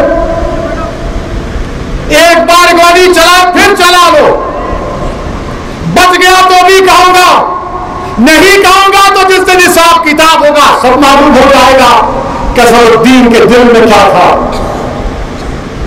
تم بولنے والے بولو، مجھے تمہاری پرواہ نہیں ہے، تم نہیں جانتے، تم نہیں جانتے میں خبیب بن عدی کے غلاموں کا غلام ہوں۔ تم مجھے تختے دار پر بھی کھڑا کر دو گے تو میں حق کو بیان کروں گا۔ تم گولی چلاؤ، آگ چلاؤ، مگر آپ کی قیادت بناؤ، لیڈرشپ بناؤ۔ دلی میں دکانیں توڑی گئیں تو دلی کا چیف منسٹر کہتا ہے اس علاقے میں بنگلہ دیشی روہنگیا رہتے۔ گھرگاؤں میں 22 گھروں کو توڑ دیا گیا، 140 مسلمان جیل میں، 5 پر NSA لگ گیا۔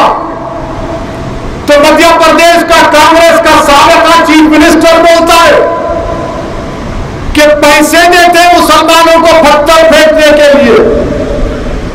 ہم کیا بکنے والے ہیں؟ کیا اپنے زمین کا سودا کر سکتے؟ تمہاری سوچ میں یہ ہے، تم ہم کو عزت کی نگاہوں سے نہیں دیکھتے۔ کون پکار رہا ہے؟ کون آواز دے رہا ہے؟ کون جہانگیر پوری کو جاتا ہے رات کے اندھیرے میں؟ کون کیرولی راجستھان کے انصاف کی بات کر رہا ہے؟ یہی دیوانہ مجلس اتحاد المسلمین کر رہی۔ میرے عزیز دوستوں اور بزرگوں، یاد رکھو، آپ حکومتوں کو بدل نہیں سکتے، لیڈر پیدا کر سکتے ہیں۔ لیڈر پیدا کرو۔ میری ماں اور بہنوں، اگر میں خراب ہوں تو مجھ سے اچھے کو لے لو، مگر اپنی قیادت کو بناؤ۔ بھارت میں اگر جمہوریت ہے، لیڈر بنانا، لیڈر کیسے بناؤ؟ لڑیں گے نا الیکشن لڑیں گے تو تبھی لیڈر بنے گا۔ یہ مشاعروں سے لیڈر نہیں بنتا، دعوت افطار سے لیڈر نہیں بنتا، عید میلاد کی دعوت سے لیڈر نہیں بنتا، گنگا جمنی کی بےہودہ باتیں کرنے سے لیڈر نہیں بنتا۔ لیڈر کیسے بنتا ہے؟ لیڈر اسی وقت بنتا ہے جب آپ متحد ہو جائیں گے، جب اللہ کہتا ہے کہ اللہ کی رسی کو مضبوطی سے تھام لو، وَاعْتَصِمُوا بِحَبْلِ اللَّهِ جَمِيعًا وَلَا تَفَرَّقُوا۔ اللہ کی رسی کا قرآن اور سنت، متحد ہو جاؤ، اپنی سیاسی قیادت کو پیدا کرو۔ ہم بھارت کے وزیر اعظم سے کہنا چاہ رہے ہیں، اس نفرت کو ختم کرو وزیر اعظم، یہ دیش کو کمزور کر رہا ہے۔ آپ آپ کی پارٹی آپ کی حکومت بھارت کے مسلمانوں پر ایک جنگ کا اعلان کر چکی ہے. ہم اس بھارت کے باعزت شہری ہیں, ہمارے بھی جان کی قیمت ہے, ہماری دکان کی قیمت ہے. کیا ہمارے بچے اپنی والد کی دکان کو ڈیمالش کر دیا گیا تو چونیا ڈھونڈ رہا ہے, چونیا, ابا کی دکان توڑ دی گئی. میرے عزیز دوستوں اور بزرگوں, رحمت کا جہنم سے نجات کر رہا ہے. خوب دعا کرو اللہ سے, رو رو کے ہم دعا کریں گے, آنکھ میں آنسو بھر لیں گے اور اللہ سے بھیک مانگیں گے, پروردگار بھارت میں اس نفرت کو ختم کر دے. ہم اللہ سے دعا کریں گے, اللہ بھارت میں لوگ نفرت پیدا کر رہے ہیں مسلمانوں کے خلاف, اللہ ان سے اقتدار آپ چھین لیجئے. اللہ آپ جبار ہیں, آپ ستار ہیں, یا اللہ ہماری مدد فرمائیے. اللہ رسول رحمت صلی اللہ علیہ وسلم کے صدقے میں ہماری مدد فرمائیے. یا اللہ جہنم سے نجات دیجیے, یا اللہ جہنم سے نجات دیجیے. اللہ ہمارے گناہوں کو معاف فرما دیجیے. اللہ ہمارے کی تکالیف کو رسول اللہ صلی اللہ علیہ وسلم تک پہنچا دیجیے. ایسے امت کے مکین نظر کرم کریے, اے کملی والے آقا نظر کرم کریے. یا رسول اللہ صلی اللہ علیہ وسلم نظر کرم کریے. یا اللہ تیرے حبیب کا واسطہ ہمارے وطن عزیز میں امن کو مضبوط کر دیجیے, نفرت کو خاتمہ کر دیجیے. جو لوگ ظالم ہیں, ظلم ہیں, ان کو ہدایت دیجیے, یا پھر آپ ان کو ختم کر دیجیے. اللہم صلی علی سیدنا محمد عبدک رسولک ربی علیہ وسلم. سبحان ربک رب العزۃ عما یصفون وسلام علی المرسلین والحمد للہ رب العالمین.